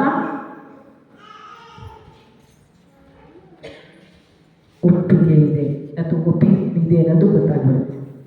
ಸೊ ಅದರಿಂದ ಪ್ರೀತಿಯ ಪೋಷಕರೇ, ನಿಮ್ಮ ಮಕ್ಕಳು ನೀವು ಅಂದ್ಕೊಂಡಿರೋ ರೀತಿಯಲ್ಲಿ ಇಲ್ಲ. ಅವರು ನಾನು ನೀವು ನಮ್ಮಿಬ್ಬರಿಗಿಂತ ಹೆಚ್ಚಾಗಿ 100ರಷ್ಟು ಮುಂದೆ ಇದ್ದಾರೆ. ಅವರು 100ರಷ್ಟು ಮುಂದೆ ಇದ್ದಾರೆ. ಆದ್ರಿಂದ ಮಕ್ಕಳನ್ನ ನೀವು ಸೂಕ್ಷ್ಮವಾಗಿ ಅರ್ಥ ಮಾಡ್ಕೋಬೇಕು. ಅಷ್ಟು ಈಸಿಯಾಗಿ ನೀವೇ ಹೊತ್ತಿರೋಂಥ ಮಕ್ಕಳು ನಿಮ್ಮ ಹತ್ರ ಹೇಳ್ಕೊಳ್ಳಲ್ಲ. ಅವ್ರನ್ನ ನಿಮ್ಮ ಕಡೆ ಒಲಿಸ್ಕೋಬೇಕು ಅಂದರೆ ನೀವು ಸ್ವಲ್ಪ ಸಮಯನ ಅವ್ರ ಜೊತೆ ಕಳೀಬೇಕು. ಇವತ್ತಲ್ಲ, ನಾಳೆ ಅಲ್ಲ, ನಾಡಿದ್ದಲ್ಲ. ಏನಾಗುತ್ತೆ, ನೀವು ಎಷ್ಟು ಒಪ್ಕೋತೀರಾ ಅಷ್ಟು ಈಸಿಯಾಗಿ ಮಕ್ಕಳು ತಮ್ಮ ಮನಸ್ಸಲ್ಲಿರುವಂಥ ಭಾವನೆಗಳನ್ನ, ನೋವುಗಳನ್ನ ಹೇಳ್ಕೊತಾರೆ. ಅದಕ್ಕೆ ತಕ್ಕಾಗೆ ನೀವು ದಂಡಿಸಬಾರ್ದು. ನಾವೇನು ಮಾಡ್ತೀವಿ ಹೇಳಿ, ತಂದೆ ತಾಯಿ ಏನು ಮಾಡ್ತೀವಿ? ಫಸ್ಟ್ ಹೇಳೋದು ಹೊಡೆದು ಬಿಡ್ತೀವಿ ನೋಡು, ಕೆಟ್ಟ ಮಾತುಗಳನ್ನ ಬೈತೀವಿ. ಕರೆಕ್ಟಾ? ನಾನು ಒಂದು ಹಳ್ಳಿ ಕುಟುಂಬದಲ್ಲೇ ಹುಟ್ಟಿ ಬಂದವಳು. ಸೊ ನಮ್ಮ ಬಾಯಿಂದ ಬರುವಂಥ ಮಾತುಗಳು ಎಂಥದ್ದು, ಅದೇ ಮಾತುಗಳನ್ನ ಶಾಲೆಗೆ ಕ್ಯಾರಿ ಮಾಡ್ತಾರೆ. ಚಿಕ್ಕ ಮಾತು ದೊಡ್ಡ ಮಾತಾಗುತ್ತೆ, ಚಿಕ್ಕ ಕೆಲಸ ದೊಡ್ಡ ಕೆಲಸ ಆಗುತ್ತೆ, ಚಿಕ್ಕ ಸುಳ್ಳು ದೊಡ್ಡ ಸುಳ್ಳಾಗುತ್ತೆ. ಸೊ ಹೀಗೆ ಒಂದು LKG ಮಗು ಮನೇಲಿದ್ರು. ಒಂದು LKG ಅಲ್ಲ, ಮೇ ಬಿ UKG ಒಂದು ಫಸ್ಟ್ ಸ್ಟ್ಯಾಂಡರ್ಡ್ ಇರಬೇಕು, ಬ್ಯಾಂಗ್ಳೂರ್ ಸೆಂಟ್ ತೆರೇಸಾ ಸ್ಕೂಲಲ್ಲಿ. ಓಕೆ, ಹುಡುಗಿ ಜೋರಾಗಿ ಹತ್ಕೊಂಡು ಓಡ್ ಬರ್ತಾ ಇದ್ಲು. ಆ ಹುಡುಗಿ ನಮ್ಮ ಡಿಗ್ರಿ ಕಾಲೇಜ್ ಮುಂದೆ ಹೋಗ್ಬೇಕು. 1-2-3 ದಿನ ನಾನು ಅಬ್ಸರ್ವ್ ಮಾಡಿದೆ. 3rd ಡೇ ಹುಡುಗಿನ ಹಿಡ್ಕೊಂಡ್ಬಿಟ್ಟೆ. ನಾನು ಹಿಂಗೆ ಹಿಡ್ಕೊಂಡು, ಫಸ್ಟ್ ಸ್ಟ್ಯಾಂಡರ್ಡ್ ಅನ್ಸುತ್ತೆ ಹುಡುಗಿ. ಯಾಕಮ್ಮ ಅಳ್ತಾ ಇದೆಯಾ? ಮತ್ತೆ ದಿನ 2-3 ದಿನದಿಂದ ನೋಡ್ತಾ ಇದ್ದೀನಿ, ಲೇಟಾಗಿ ಬರ್ತಾ ಇದೆಯಲ್ಲ, ಏನು ಕಾರಣ ಅಂತ ಕೇಳಿದೆ. ಆ ಹುಡುಗಿ ಇಲ್ಲ ಜೋರಾಗಿ ಕತ್ಬಿಟ್ಲು, ಸಿಸ್ಟರ್ ನಾನು ಬೇಗ ಹೋಗ್ಬೇಕು, PT ಸರ್ ಹಿಡ್ಕೊಂಡ್ಬಿಡ್ತಾರೆ ಅಂದರೆ ಒಳಗಡೆ ಬಿಡಲ್ಲ, ಟೈಮ್ ಆಗೋಗಿದೆ. ಓಕೆ, ನಾನು ಜೊತೆಲೆ ಹೋಗಿ ಪಿ ಟಿ ಸರ್ನು ಕರೆದೆ, ಅವ್ರ ಎಚ್ ಎಮ್ನೂ ಕರೆದೆ. ಆಗ ಪಿ ಟಿ ಸರ್ ಹೇಳಿದ್ರು, ಸಿಸ್ಟರ್ ಹುಡುಗಿ 2-3 ಡೇಸಿಂದ ಲೇಟಾಗೆ ಬರ್ತಾಳೆ ಸಿಸ್ಟರ್, ಬರ್ತಾ ಹತ್ಕೊಂಡು ಭಯದಿಂದ ಬರ್ತಾಳೆ ಅಂತ. ಆಗ ನಾನು ಕೇಳಿದೆ, ಮಗು ಯಾಕಪ್ಪ ಅಳ್ತಾ ಇದೆಯಾ, ಯಾಕೆ ಭಯದಿಂದ ಇದೆಯಾ? ನಾನು ಬಂದಿದ್ದು ಲೇಟ್ ಆಯ್ತಲ್ಲ ಸಿಸ್ಟರ್, ಪಿ ಟಿ ಸರ್ ಹೊಡಿತಾರೆ ಅಂತ ಭಯ. ಅವ್ರು ಹೊಡಿಯೋದಕ್ಕೆ ನೀನ್ಯಾಕೆ ಲೇಟಾಗಿ ಬರಬೇಕು, ಬೇಗ ಬರ್ಬೋದಲ್ಲ? ಹಿಂಗೆ ಕೇಳಿದೆ ನಾನು, ಬೇಗ ಬರ್ಬೋದಲ್ಲ, ನೀನ್ಯಾಕೆ ಅಂತ ಹತ್ಕೊಂಡು ಬರ್ತೀಯ, ಬೇಗ ಬಂದ್ಬಿಡ, ಅಪ್ಪಗೆ ಹೇಳು. ಅಥವಾ ಆಟೋ ಅಂಕಲ್ ಬಿಟ್ಬಿಟ್ಟು ಬಂದ್ಬಿಡ್ತಾ ಇದ್ದಾರೆ 2-3 ದಿನ, ಯಾಕೆ 2-3 ದಿನದಿಂದ ಬಿಟ್ಟು ಬರ್ತಾ ಇದ್ದಾರೆ? ಆಗ ಮಗು ಹೇಳ್ತು, ಅಪ್ಪ ಅಮ್ಮ ಜಗಳ ಆಡ್ತಾ ಇರ್ತಾರೆ. ಅಪ್ಪ ಅಮ್ಮ ಜಗಳ ಆಡ್ಕೊಳ್ಳಿ ಮಗ, ನೀನು ಆಟೋ ಹತ್ತಿ ಬಂದ್ಬಿಡ್ಬೋದಲ್ಲ. ಸಿಸ್ಟರ್, ನಾನು 2-3 ದಿನದಿಂದ ಟ್ರೈ ಮಾಡ್ತಾ ಇದ್ದೀನಿ, ಬರೋಕ್ಕಾಗ್ತಾ ಇಲ್ಲ. ಏನು ಕಾರಣ? ಅಪ್ಪ ಅಮ್ಮ ಹತ್ರ ನಂದು ಶೂ ಇದೆ, ಅಪ್ಪಂದು ಎಡಗೈಯಲ್ಲಿ ನಂದು ಬಲಗಾಲದ್ದು ಶೂ ಇದೆ, ಅಮ್ಮನ ಎಡಗೈಯಲ್ಲಿ ನಂದು ಬಲಗಾಲ ಶೂ ಇದೆ. ಆ ಶೂ ಇಟ್ಕೊಂಡು ಅಪ್ಪ ಅಮ್ಮ ಇಬ್ಬರು ಜಗಳ ಆಡ್ತಾ ಇರ್ತಾರೆ.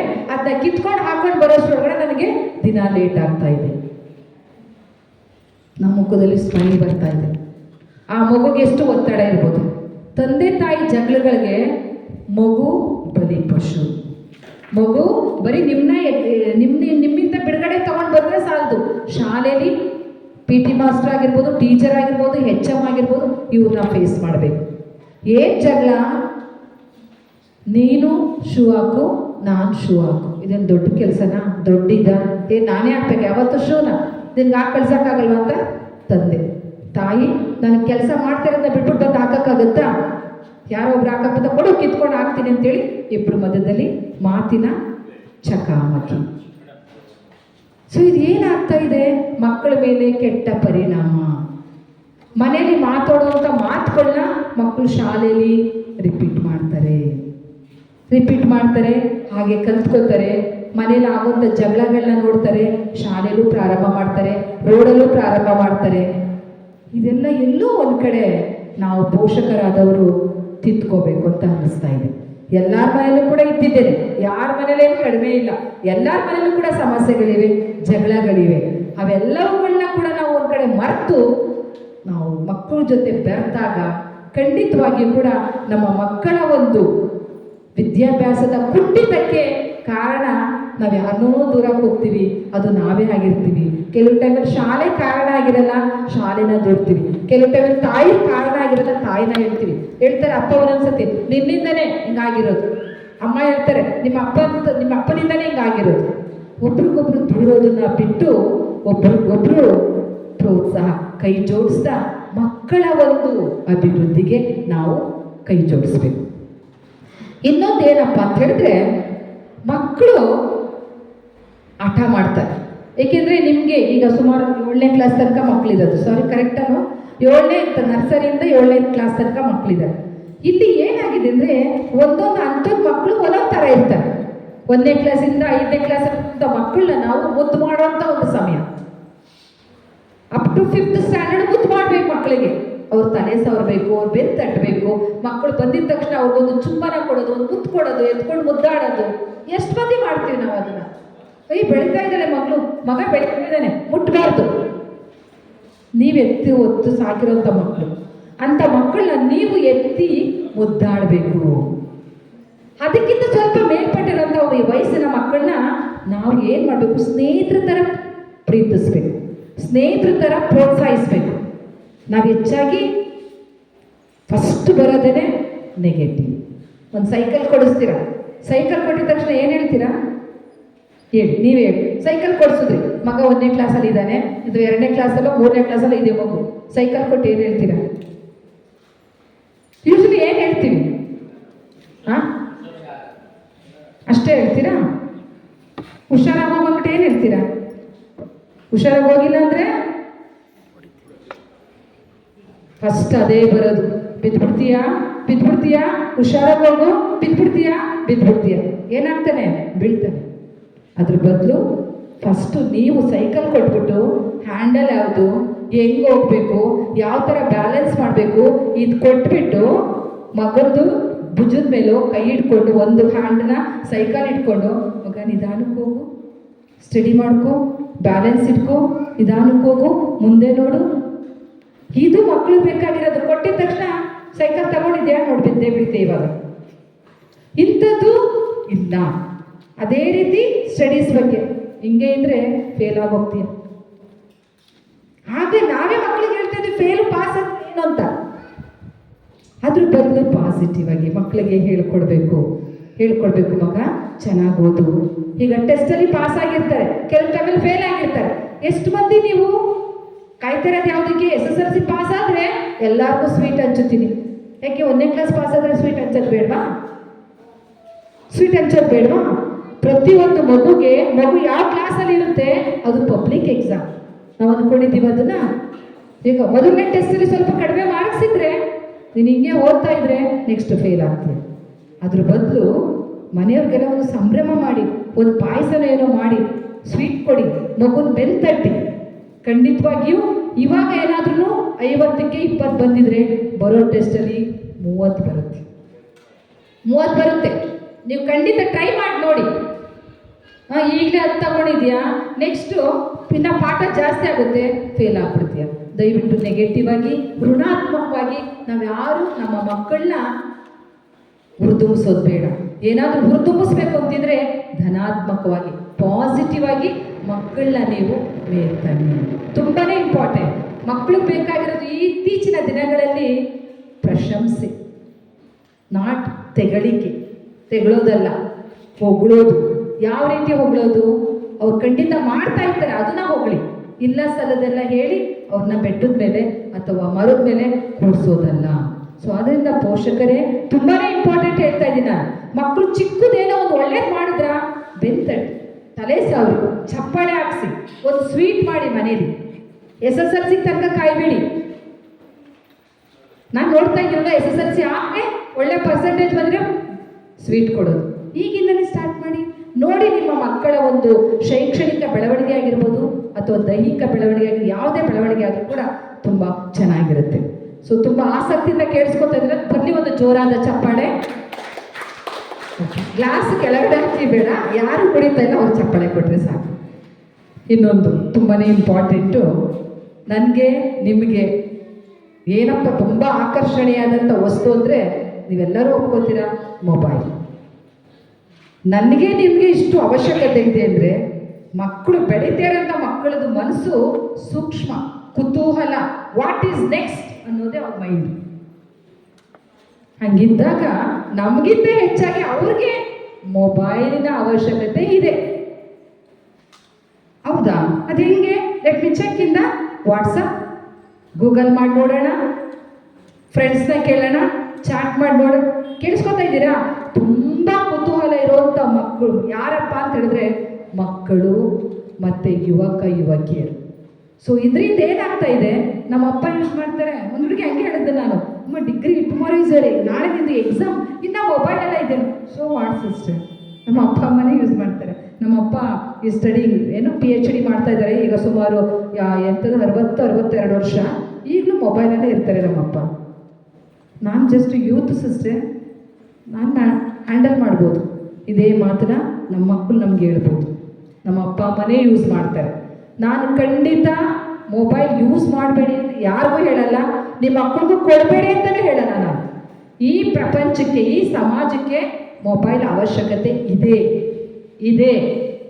ಆದರೆ ಎಷ್ಟು ಅವಶ್ಯಕತೆ ಇದೆ? ಎಲ್ಲದಕ್ಕೂ ಕೂಡ ಒಂದು ಮಿತಿ ಇದೆ, ಲಿಮಿಟ್ ಇದೆ. ಆದರೆ ನಾವೇನು ಮಾಡ್ತೀವಿ, ನಮಗೆ ಮಕ್ಕಳೇನಾದ್ರೂ ಹಠ ಮಾಡ್ತಾ ಇದ್ದಾರೆ, ಅದನ್ನ ತಪ್ಸಕ್ಕೋಸ್ಕರ, ಕರೆಕ್ಟಾ? ಅಳ್ತಾ ಇರೋ ಮಗು ಏನಾಗುತ್ತೆ? ಸೈಲೆಂಟ್ ಆಗುತ್ತೆ. ಹಠ ಮಾಡ್ತಾ ಇರೋ ಮಗು ಏನಾಗುತ್ತೆ? ಹಠ ಬಿಡುತ್ತೆ. ಇದೇ ನಾವು ಮಾಡ್ತಾ ಇರೋದು. ಆದ್ರಿಂದ ಈ ಒಂದು ಚಿಕ್ಕದ್ರಲ್ಲೇ ಈ ರೀತಿ ಮಾಡೋದ್ರಿಂದ ಮಕ್ಕಳಿಗೆ ಹೇಗಿದ್ರು ಗೊತ್ತು, ನಾನು ಹಠ ಮಾಡಿದ್ರೆ ನನಗೆ ಸಿಕ್ಕೇ ಸಿಗುತ್ತೆ. ಆಗ ಮೊಬೈಲ್ ಕೊಟ್ಟರು ಕೂಡ ಒಂದು ಕಣ್ಣು ನಿಮ್ಮ ಮಗ ಅಥವಾ ಮಗಳ ಮೇಲೆ ಇರಬೇಕು. ಮೊಬೈಲ್ನ ಏನಕ್ಕೆ ಉಪಯೋಗಿಸ್ತಾ ಇದ್ದಾಳೆ? ಈಗ ಏನೇನೋ ಶಾಲೆಯಲ್ಲಿ ಕೆಲಸ ಕೊಡ್ತಾರೆ, ಹೋಮ್ವರ್ಕ್ ಕೊಡ್ತಾರೆ, ಅಸೈನ್ಮೆಂಟ್ ಬರೀಲಿಕ್ಕೆ ಕೊಡ್ತಾರೆ, ಚಾಟ್ ಏನೇನೋ ಮಾಡ್ಲಿಕ್ಕೆ ಕೊಡ್ತಾರೆ. ಬಟ್ ನೀವು ಲಿಮಿಟ್ ಹಾಕ್ಬೇಕು. ಹಾಫ್ ಅನ್ ಅವರ್ ಯೂಸ್ ಮಾಡು ಮಗ, ತಗೋ, ಹೊಸದಿರುತ್ತೆ ನೋಡಿ, ಕಲಿ. ಕಣ್ಣು ಒಂದು ಅಲ್ಲಿರಬೇಕು, ಗಮನ ಅಲ್ಲಿರಬೇಕು. ನೀವು ಆ ಮಕ್ಕಳ ಕೈಲೇ ಕೊಟ್ಬಿಟ್ರೆ ಅವ್ರು ಅಷ್ಟೇ ನೋಡಲ್ಲ, ಬೇರೆ ಏನೋ ಕುತೂಹಲವಾಗಿ ಕೇಳಿರ್ತಾರೆ, ನೋಡಿರ್ತಾರೆ, ಅದನ್ನ ಚೆಕ್ ಮಾಡ್ತಾರೆ. ಹೌದಾ ಓ ಹಿಂಗಿರುತ್ತಾ, ನಾನು ಇವಾಗ ಕಣ್ಣಲ್ಲಿ ನೋಡಿದ್ದೀನಿ, ಕೈಯಲ್ಲಿ ಮಾಡೋಣ. ಈ ರೀತಿ ಮಕ್ಕಳಿಗೆ ಏನಾಗುತ್ತೆ, ಅವ್ರಿಗೆ ಒಂದು ದಾರಿನ ತಂದೆ ತಾಯಿನೇ ಮಾಡಿಕೊಟ್ಟಂಗಾಗುತ್ತೆ. ಸೊ ಅದರಿಂದ ಮೊಬೈಲ್ ಬೇಕೇ ಬೇಕು, ನಾನು ಬೇಡ ಅಂತ ಹೇಳಲ್ಲ. ಇತ್ತೀಚಿನ ದಿನಗಳಲ್ಲಿ, ಇಂದಿನ ಶಿಕ್ಷಣದಲ್ಲಿ, ಇಂದಿನ ವಾತಾವರಣದಲ್ಲಿ ಮೊಬೈಲ್ ತುಂಬನೇ ಬೇಕು. ಕೊಡಿ ಮೊಬೈಲ್ನ, ಎಷ್ಟು ಉಪಯೋಗಿಸ್ಬೇಕು ಅಷ್ಟನ್ನೇ ಉಪಯೋಗಿಸಿ. ನೀವು ಕೂಡ, ನನಗೊಂದು ಹುಡುಗಿ ಏನು ಹೇಳ್ತಾಳೆ ಗೊತ್ತಾ, 7th ಸ್ಟ್ಯಾಂಡರ್ಡ್ ಹುಡುಗಿ ಹೇಳ್ತಾಳೆ, ನಾನು ಹೇಳಿದೆ ನೈಟೆಲ್ಲ ನೀವು ಮಕ್ಕಳು ನೋಡಬಾರ್ದಮ್ಮ, ಕಣ್ಣಿಗೆ ಎಫೆಕ್ಟ್ ಆಗುತ್ತೆ, ಮೆದುಳಿಗೆ ಕಷ್ಟ ಆಗುತ್ತೆ. ಸಿಸ್ಟರ್, ನಮ್ಮ ಅಪ್ಪ ಅಮ್ಮ ನೈಟೆಲ್ಲ ಮಾತಾಡ್ತಾ ಇರ್ತಾರೆ, ಅವ್ರಿಗೇನೂ ಆಗಲ್ಲ. ಸಿ ಮಕ್ಕಳೇ ಇತ್ತೀಚಿನ ದಿನಗಳಲ್ಲಿ ದೂರ್ತಾ ಇರೋದು ತಂದೆ ತಾಯಿನ. ನಮ್ಮ ಅಪ್ಪನೇ ಅಷ್ಟೊಂದು ಯೂಸ್ ಮಾಡ್ತಾರೆ, ನಮ್ಮ ಅಮ್ಮನೇ ಇಷ್ಟೊಂದು ಯೂಸ್ ಮಾಡ್ತಾರೆ, ನಮ್ಗೆ ಯಾಕೆ ಸಿಸ್ಟರ್ ಇಷ್ಟೊಂದು ಕಂಡೀಷನ್ ಆಗ್ತೀರಾ? ಸೊ ಹೇಳಬೇಕು, ನಿಮ್ಮ ಜವಾಬ್ದಾರಿ ಬೇರೆ, ಅವ್ರದ್ದು ಜವಾಬ್ದಾರಿ ಬೇರೆ, ಮಕ್ಕಳ ಜವಾಬ್ದಾರಿ ಬೇರೆ. ಅವ್ರಿಗೆ ಎಷ್ಟು ಲಿಮಿಟ್ ಇದೆ ಅಷ್ಟನ್ನೇ ನೀವು ಇಟ್ಕೊಳ್ಳಿಕ್ಕೆ ಅಥವಾ ಕೊಡಲಿಕ್ಕೆ ಪ್ರಯತ್ನ ಪಡಿ. ಯಾವುದೇ ಕಾರಣಕ್ಕೂ ಮಕ್ಕಳನ್ನ ಖಂಡಿಸ್ಬೇಡಿ, ಹೊಡಿಬೇಡಿ. ಹೊಡೆಯೋದ್ರಲ್ಲಿ 2 ರೀತಿ ಇದೆ. ಒಂದು ಬುದ್ಧಿ ಕಲಿಸೋಕ್ಕೆ ಹೊಡಿತೀವಿ, ಇನ್ನೊಂದು ಬುದ್ಧಿ ಗೆಡ್ಲಿಕ್ಕೆ ಹೊಡಿತೀವಿ. ಹೆಚ್ಚು ಯಾರ ಮನೇಲಿ ಹೊಡಿತೀರಾ, ಬೈತೀರಾ, ಅವ್ರು ಯಾರು ಕೂಡ ನೀವು ಅಂದ್ಕೊಂಡಂಗೆ ಆಗಲ್ಲ. ಖಂಡಿತವಾಗಿ ಹೇಳ್ತಾ ಇದ್ದೀನಿ ನಾನು. ನಾವು ಹೊಡೆದಷ್ಟು ಮೊಂಡುತನ ಜಾಸ್ತಿ, ಬೈದಷ್ಟು ಮೊಂಡುತನ ಜಾಸ್ತಿ. ನಾವೇನು ಮಾಡ್ತೀವಿ ಅತಿಯಾಗಿ ಅದೆಲ್ಲ ವೇಸ್ಟ್, ಎಲ್ಲ ವೇಸ್ಟ್. ನೀವೇನಾದರೂ ಮಕ್ಕಳಿಗೆ ಒಂದು ಆಸ್ತಿ ಮಾಡಬೇಕು ಅಂತಿದ್ದೀರಾ, ಆಸ್ತಿ ಬೇರೆ ಯಾವುದೂ ಅಲ್ಲ, ಒಂದು ಒಳ್ಳೆ ಸಮಯನ ಅವ್ರ ಜೊತೆ ಕಳೆದುಕೊಂಡು ವಿದ್ಯೆ ಬುದ್ಧಿ, ವಿದ್ಯೆ ಸಂಸ್ಕಾರ, ಇದೆರಡೇ ಮಕ್ಕಳಿಗೆ ಬೇಕಾಗಿರೋದು, ಬೇರೆ ಯಾವುದೂ ಅಲ್ಲ. ವಿದ್ಯೆ ಶಾಲೆ ಕಡೆಯಿಂದ ಟೀಚರ್ಸ್ಗೂ ಮಾತಾಡ್ತೀನಿ ನಾನು, ನಿಮ್ದಾದ್ಮೇಲೆ ಅವ್ರಿಗೂ ಮಾತಾಡ್ತೀನಿ. ಅವ್ರ ಜವಾಬ್ದಾರಿ, ಅವ್ರ ಪಾತ್ರ ಏನು ಅಂತ ಅವ್ರಿಗೂ ಹೇಳ್ತೀನಿ. ಸಂಸ್ಕಾರಗಳು, ವ್ಯಾಲ್ಯೂಸ್, ಇದು ಎಲ್ಲೋ ಒಂದು ಕಡೆ ಮಿಸ್ ಆಗ್ತಾ ಇದೆ. ದಿನಾಂಪ್ರತಿ ನಾವು ಟಿವಿಲಿ ಎಲ್ಲ ಕಡೆ ನೋಡ್ತೀವಿ, ಏನಂತ, ಅಲ್ಲಿ ಕೊಲೆ ಆಯ್ತಂತೆ, ಇಲ್ಲಿ ಕದ್ರಂತೆ, ಅಲ್ಲಿ ಅತ್ಯಾಚಾರ ನಡೀತಂತೆ, ಅದು ನಡೀತಂತೆ, ಇದು ನಡೀತಂತೆ, ಎಲ್ಲಾನು ನಡೀತಂತೆ. ಕಾರಣ ಯಾರು? ಕೊನೆಗೆ ಅವ್ರು ದೂರದ ಯಾರನ್ನ ಗೊತ್ತಾ? ತಂದೆ ತಾಯಿನೇ. ನಾವು ಚಿಕ್ಕವರಿದ್ದಾಗ ನಮ್ಮನ್ನ ಅವ್ರು ಸರಿ ಬೆಳೆಸಿದ್ರೆ ಇಂಥ ಒಂದು ಸಂದರ್ಭಕ್ಕೆ ಹೋಗ್ತಿರ್ಲಿಲ್ಲ. ಸೊ ಅದರಿಂದ ಪ್ರಿಯ ಪೋಷಕರೇ, ಎಲ್ಲವೂ ನಿಮ್ಮ ಕೈಯಲ್ಲೇ ಇದೆ. ಒಳ್ಳೇದಕ್ಕೆ ಕಲಿಸೋದು ನಿಮ್ಮ ಹತ್ರನೇ ಇದೆ, ಕೆಟ್ಟದ್ದು ಕಲಿಸೋದು ನಿಮ್ಮ ಹತ್ರನೇ ಇದೆ. ಸೊ ನಾವು ಮನೆಗಳಲ್ಲಿ ಜಗಳಾಡ್ತೀವಿ, ಕೆಟ್ಟ ಮಾತಾಡ್ತೀವಿ, ಸುಳ್ಳು ಹೇಳ್ತೀವಿ. ಹೀಗೆ ಒಂದಿನ ಅಪ್ಪ ಅಮ್ಮ ಮಗಳು 3 ಜನನು ಕೂಡ, ಅದು ಒಂದು ಮೇ ಬಿ ಡಿಸೆಂಬರ್ 31ನೇ ತಾರೀಕು ಎಲ್ಲ ಕೂತಿದ್ರು, 3 ಮಾತಾಡ್ತಾ ಇದ್ರಂತೆ ಬೆಳಗ್ಗೆ ಎದ್ದು, ಸುಮಾರು ಒಂದು 8:30 9 ಗಂಟೆ ಒಳಗಡೆ. ಆಗ 31ನೇ ತಾರೀಕು ಬೆಳಗ್ಗೆ ಮನೆ ಬಾಗಿಲು ತಟ್ಟಿದ್ರಂತೆ. ಆಗ ಅಪ್ಪ ಹೇಳಿದ್ರಂತೆ ಮಗಳಿಗೆ, ಮಗ ಇದು ಓನರ್ ಆಂಟಿ ಇರಬೇಕು, ಏನ್ ಕೇಳಕ್ ಬಂದಿದ್ದಾರೆ, ಬಾಡಿಗೆ ಕೇಳಕ್ ಬಂದಿರ್ತಾರೆ. ಅವ್ರೇನಾದ್ರು ನಿಮ್ಮ ಅಪ್ಪ ಎಲ್ಲೇ ಅಂತ ಹೇಳಿದ್ರೆ, ನಮ್ಮಪ್ಪ ಹೊರಗಡೆ ಹೋಗಿದ್ದಾರೆ ಅಂತ. ಆದ್ರೆ ನಾನು ಬಾಗ್ಲಿಂದ ನಿಂತಿರ್ತೀನಿ, ನೀನು ಅವ್ರು ಬಂದಾಗ ಏನ್ ಹೇಳ್ಬೇಕು ಹೇಳು, ಅಪ್ಪ ಹೊರಗಡೆ ಹೋಗಿದ್ದಾರೆ ಅಂತ. ಮಗು ಬಂದು ಬಾಗಿಲು ತೆಗೆದಿದ ತಕ್ಷಣ ನೋಡಿದ್ದೆ ಯಾರನ್ನ, ಓನರ್ ಆಂಟಿನೇನು, ಎಲ್ಲಿ ನಿಮ್ಮ ಅಪ್ಪ?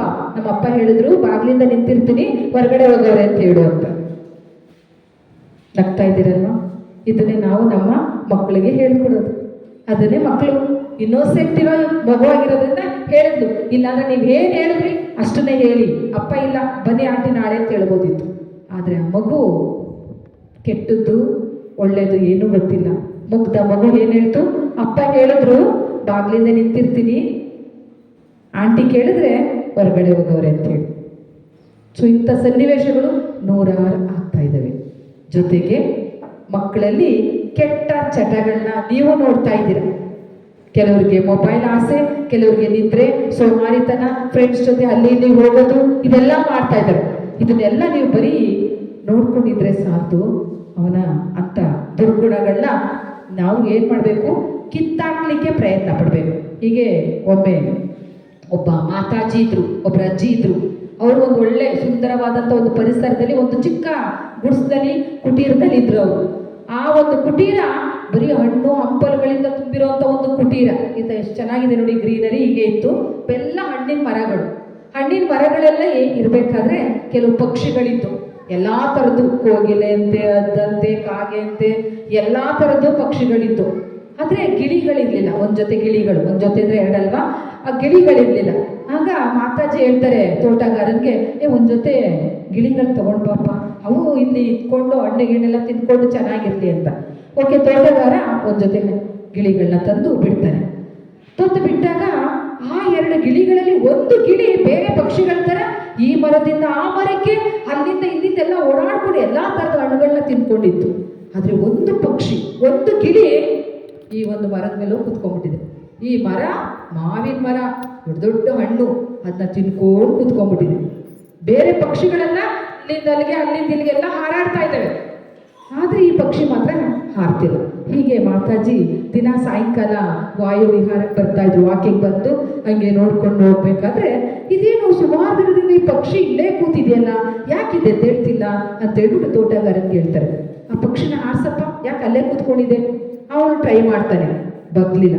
ಆಮೇಲೆ ಪಕ್ಷಿ ಶಾಸ್ತ್ರ ಓದಿರ್ತಾರಲ್ಲ ಅವ್ರನ್ನ ಕರ್ಕೊಂಡು ಬರ್ತಾರೆ, ಬುಡ್ಬುಡ್ಕೆ ಅವ್ರನ್ನ ಕರ್ಕೊಂಡು ಎಲ್ಲಾರ್ನೂ ಕರ್ಕೊಂಡು ಬಂದ. ಯಾರ ಕೈಲೂ ಕೂಡ ಆ ಪಕ್ಷಿನ ಹಾರಿಸ್ಲಿಕ್ಕೆ ಆಗ್ಲಿಲ್ಲ. ಆಗ ಹಿಂಗೆ ಶೆಟ್ಟಳಿಯಿಂದ ಯಾರೋ ಒಬ್ರು ನಡ್ಕೊಂಡು ಹೋಗ್ತಾ ಇದ್ರಂತೆ, ವಯಸ್ಸಾದವರು, ಅನುಭವ ಇರೋರು, ಒಂದು ಚೀಲ ಇಟ್ಕೊಂಡು ಹೋಗ್ತಿದ್ರಂತೆ. ಆಗ ಈ ತೋಟಗಾರ ಮೇ ಬಿ ಇವ್ರಿಗೇನಾದ್ರು ರೈತರಲ್ವಾ, ಇವ್ರಿಗೇನಾದ್ರು ಗೊತ್ತಿರ್ಬೋದು, ಹೆಂಗ ಆರಿಸ್ಬೋದು ಅಂದ್ಬಿಟ್ಟು ಅವ್ರನ್ನ ಕರ್ಕೊಂಡು ಹೋಗ್ತಾರೆ. ಕರ್ಕೊಂಡು ಹೋಗ್ಬಿಟ್ಟು ತೋರಿಸ್ತಾರೆ, ಅಣ್ಣ ಈ ಅಕ್ಕಿ ಗಿಳಿ ತುಂಬಾ ದಿನದಿಂದ ಹಾರ್ತಿಲ್ಲ, ಇದನ್ನ ಹಾರಿಸ್ತೀಯ ಅಣ್ಣ ಅಂತ ಹೇಳಿದಾಗ ಸರಿ ಹಾರಿಸ್ತೀನಿ ಅಂತ ಹೇಳ್ಬಿಟ್ಟು ಹಾರಿಸ್ತಾರೆ. ಅದು ಪಕ್ಷಿ ಹಾರ್ಬಿಡುತ್ತೆ. ಈಗ ನಿಮಗೆ ಒಂದು ಪ್ರಶ್ನೆ, ಹೇಗೆ ಹಾರಿಸಿರ್ಬೋದು? ಸ್ವಲ್ಪ ಯೋಚನೆ ಮಾಡಿದ್ರೆ ಬೇಗ ಉತ್ತರ ಹೇಳ್ಬಿಡ್ತೀರ. ಹೇಗೆ ಆರಿಸಿರ್ಬೋದು? ಭಯ ಪಡಿಸ್ದ, ಎಲ್ಲಾನು ಮಾಡ್ದ, ಆರ್ತಾ ಇಲ್ಲ. ಬೇರೆ ಉತ್ತರ ಯಾರಿಗಾದ್ರೂ? ಹೆಂಗೆ ಆರಿಸಿರ್ಬೋದು? ಪ್ರೀತಿ ತೋರಿಸ್ದ, ಮುದ್ದು ಮಾಡ್ದ, ಹೋಗಿ ಅದಕ್ಕೆ ಒಂದು ಚುಂಬನೂ ಕೊಟ್ಟ, ಅಂದ್ರೂ ಆರ್ತೀವಿ.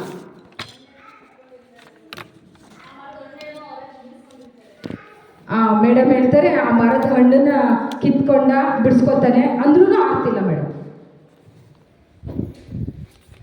ಹೇಗೆ ಮಾಡಿರ್ಬೋದು, ಹೇಗೆ ಆರಿಸಿರ್ಬೋದು? ಸಮಯ ಜಾಸ್ತಿ ಆಗ್ತಾ ಇದೆ, ನಾನು ಹೇಳ್ಬಿಟ್ಟ. ನಾನು ಹೇಳ್ಬೇಕು, ನನಗೊಂದು ದೊಡ್ಡ ಚಪ್ಪಾಳೆ ಕೊಡ್ಬೇಕು ನೀವು. ಸಾಕಾಗಿಲ್ಲ. ನಮ್ಮ ಶಿಕ್ಷಣ ಅಧಿಕಾರಿಗಳು ಇದ್ದಾರೆ, ಇಲ್ಲಿ ಸೆಕ್ರೆಟರಿ ಸಿಸ್ಟರ್ ಇಲ್ಲೇ ಇದ್ದಾರೆ, ನೋಡ್ತಾ ಇದ್ದಾರೆ, ಗಮನಿಸ್ತಾ ಇದ್ದಾರೆ ನಿಮ್ಗೆಲ್ಲ. ಹೇಗೆ ಆರಿಸಿರ್ಬೋದು? ಉತ್ತರ ನಾನೇ ಹೇಳ್ಬಿಟ್ಲ. ಅವನೇನು ಮಾಡಿಲ್ಲ. ಕೈಯಲ್ಲಿ ಒಂದು ಚೀಲ ಇತ್ತಲ್ವಾ, ಚೀಲ ಓಪನ್ ಮಾಡ್ದ. ಚೀಲದೊಳಗಡೆ ಒಂದು ಮಚ್ಚಿತ್ತು. ಮಚ್ಚು ತಗೊಂಡು ಪಕ್ಷಿ ಕೂತಿತ್ತಲ್ಲ ರೆಂಬೆ, ಆ ರೆಂಬೆನ ಕಟ್ ಮಾಡ್ದ. ಕಟ್ ಮಾಡಿದ ತಕ್ಷಣ ಪಕ್ಷಿ ಏನ್ ಮಾಡ್ತು? ಹಾರ್ತು. ಯಾಕೆ? ಆತ್ಮ ಅಂದ್ರೆ ತನ್ನ ರಕ್ಷಣೆ ಮಾಡ್ಕೋಬೇಕಿತ್ತದು ಅಲ್ವಾ? ಭಯ. ಒಟ್ಟಲ್ಲಿ ಅದನ್ನ ಕಟ್ ಮಾಡಿದ ತಕ್ಷಣ, ರೆಂಬೆ ಕಟ್ ಮಾಡಿದ ತಕ್ಷಣ ಏನಾಯ್ತು? ಅದು ಹಾರ್ಬಿಡ್ತದು. ಅವತ್ತು ಅವನು ರೆಂಬೆ ಕಟ್ ಮಾಡಿಲ್ಲ ಅಂದ್ರೆ ಆ ಪಕ್ಷಿ ಅಲ್ಲೇನೆ ಕೂತ್ಕೊಂಡು ತಿಂದು ಉಳಿದ. ಯಾಕಿಂದ ಹೇಳ್ತಾ ಇದ್ದೀನಿ ನಾನು ಅಂದ್ರೆ, ನಮ್ಮ ಮಕ್ಕಳು ತಪ್ಪು ಮಾಡಿದಾಗ ಅದನ್ನ ನಾವೇನ್ ಮಾಡ್ಬೇಕು? ಮಕ್ಕಳಿಗೆ ಶಿಕ್ಷೆ ಕೊಡೋದಲ್ಲ, ಮಕ್ಕಳಿಗೆ ಹಿಡಿದಿರೋಂಥ ಒಂದು ಸಮಸ್ಯೆ ಇದೆಯಲ್ಲ, ಅದನ್ನ ಕಿತ್ತಾಕ್ಲಿಕ್ಕೆ ಪ್ರಯತ್ನ ಪಡಬೇಕು. ಮೊಬೈಲ್ ಆಗಿದ್ರೆ ಮೊಬೈಲ್ನ ಕಡಿಮೆ ಮಾಡಿಸ್ಬೇಕು. ಬೇರೆ ಕೆಟ್ಟ ಚಟ ಇದೆಯಾ, ಸುಳ್ಳು ಹೇಳೋದಿದ್ಯಾ, ಅಥವಾ ಫ್ರೆಂಡ್ಶಿಪ್ ಏನಾದ್ರು ಇದೆಯಾ, ಈ ತರ ಇರೋಂಥ ಸಮಸ್ಯೆಗಳನ್ನ ಅವ್ರಿಗೆ ಅರ್ಥ ಆಯ್ತು, ಅನುಭವಿಸ್ತಾರ ಅವರು.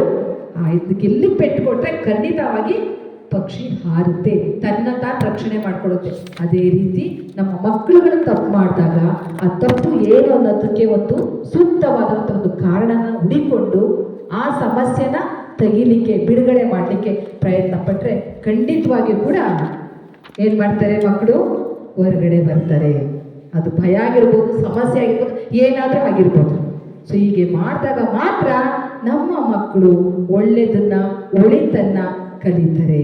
ನಾವು ಕೂಡ ಸಂತೋಷವಾಗಿ ಕುಟುಂಬದಲ್ಲಿ, ತಂದೆ ತಾಯಿ ಕುಟುಂಬಸ್ಥರು ಕೂಡ ನಾವೆಲ್ಲರೂ ಕೂಡ ಅನ್ಯೋನ್ಯತೆಯಿಂದ ಇರಲಿಕ್ಕೆ ಪ್ರಯತ್ನ ಪಡೋಣ.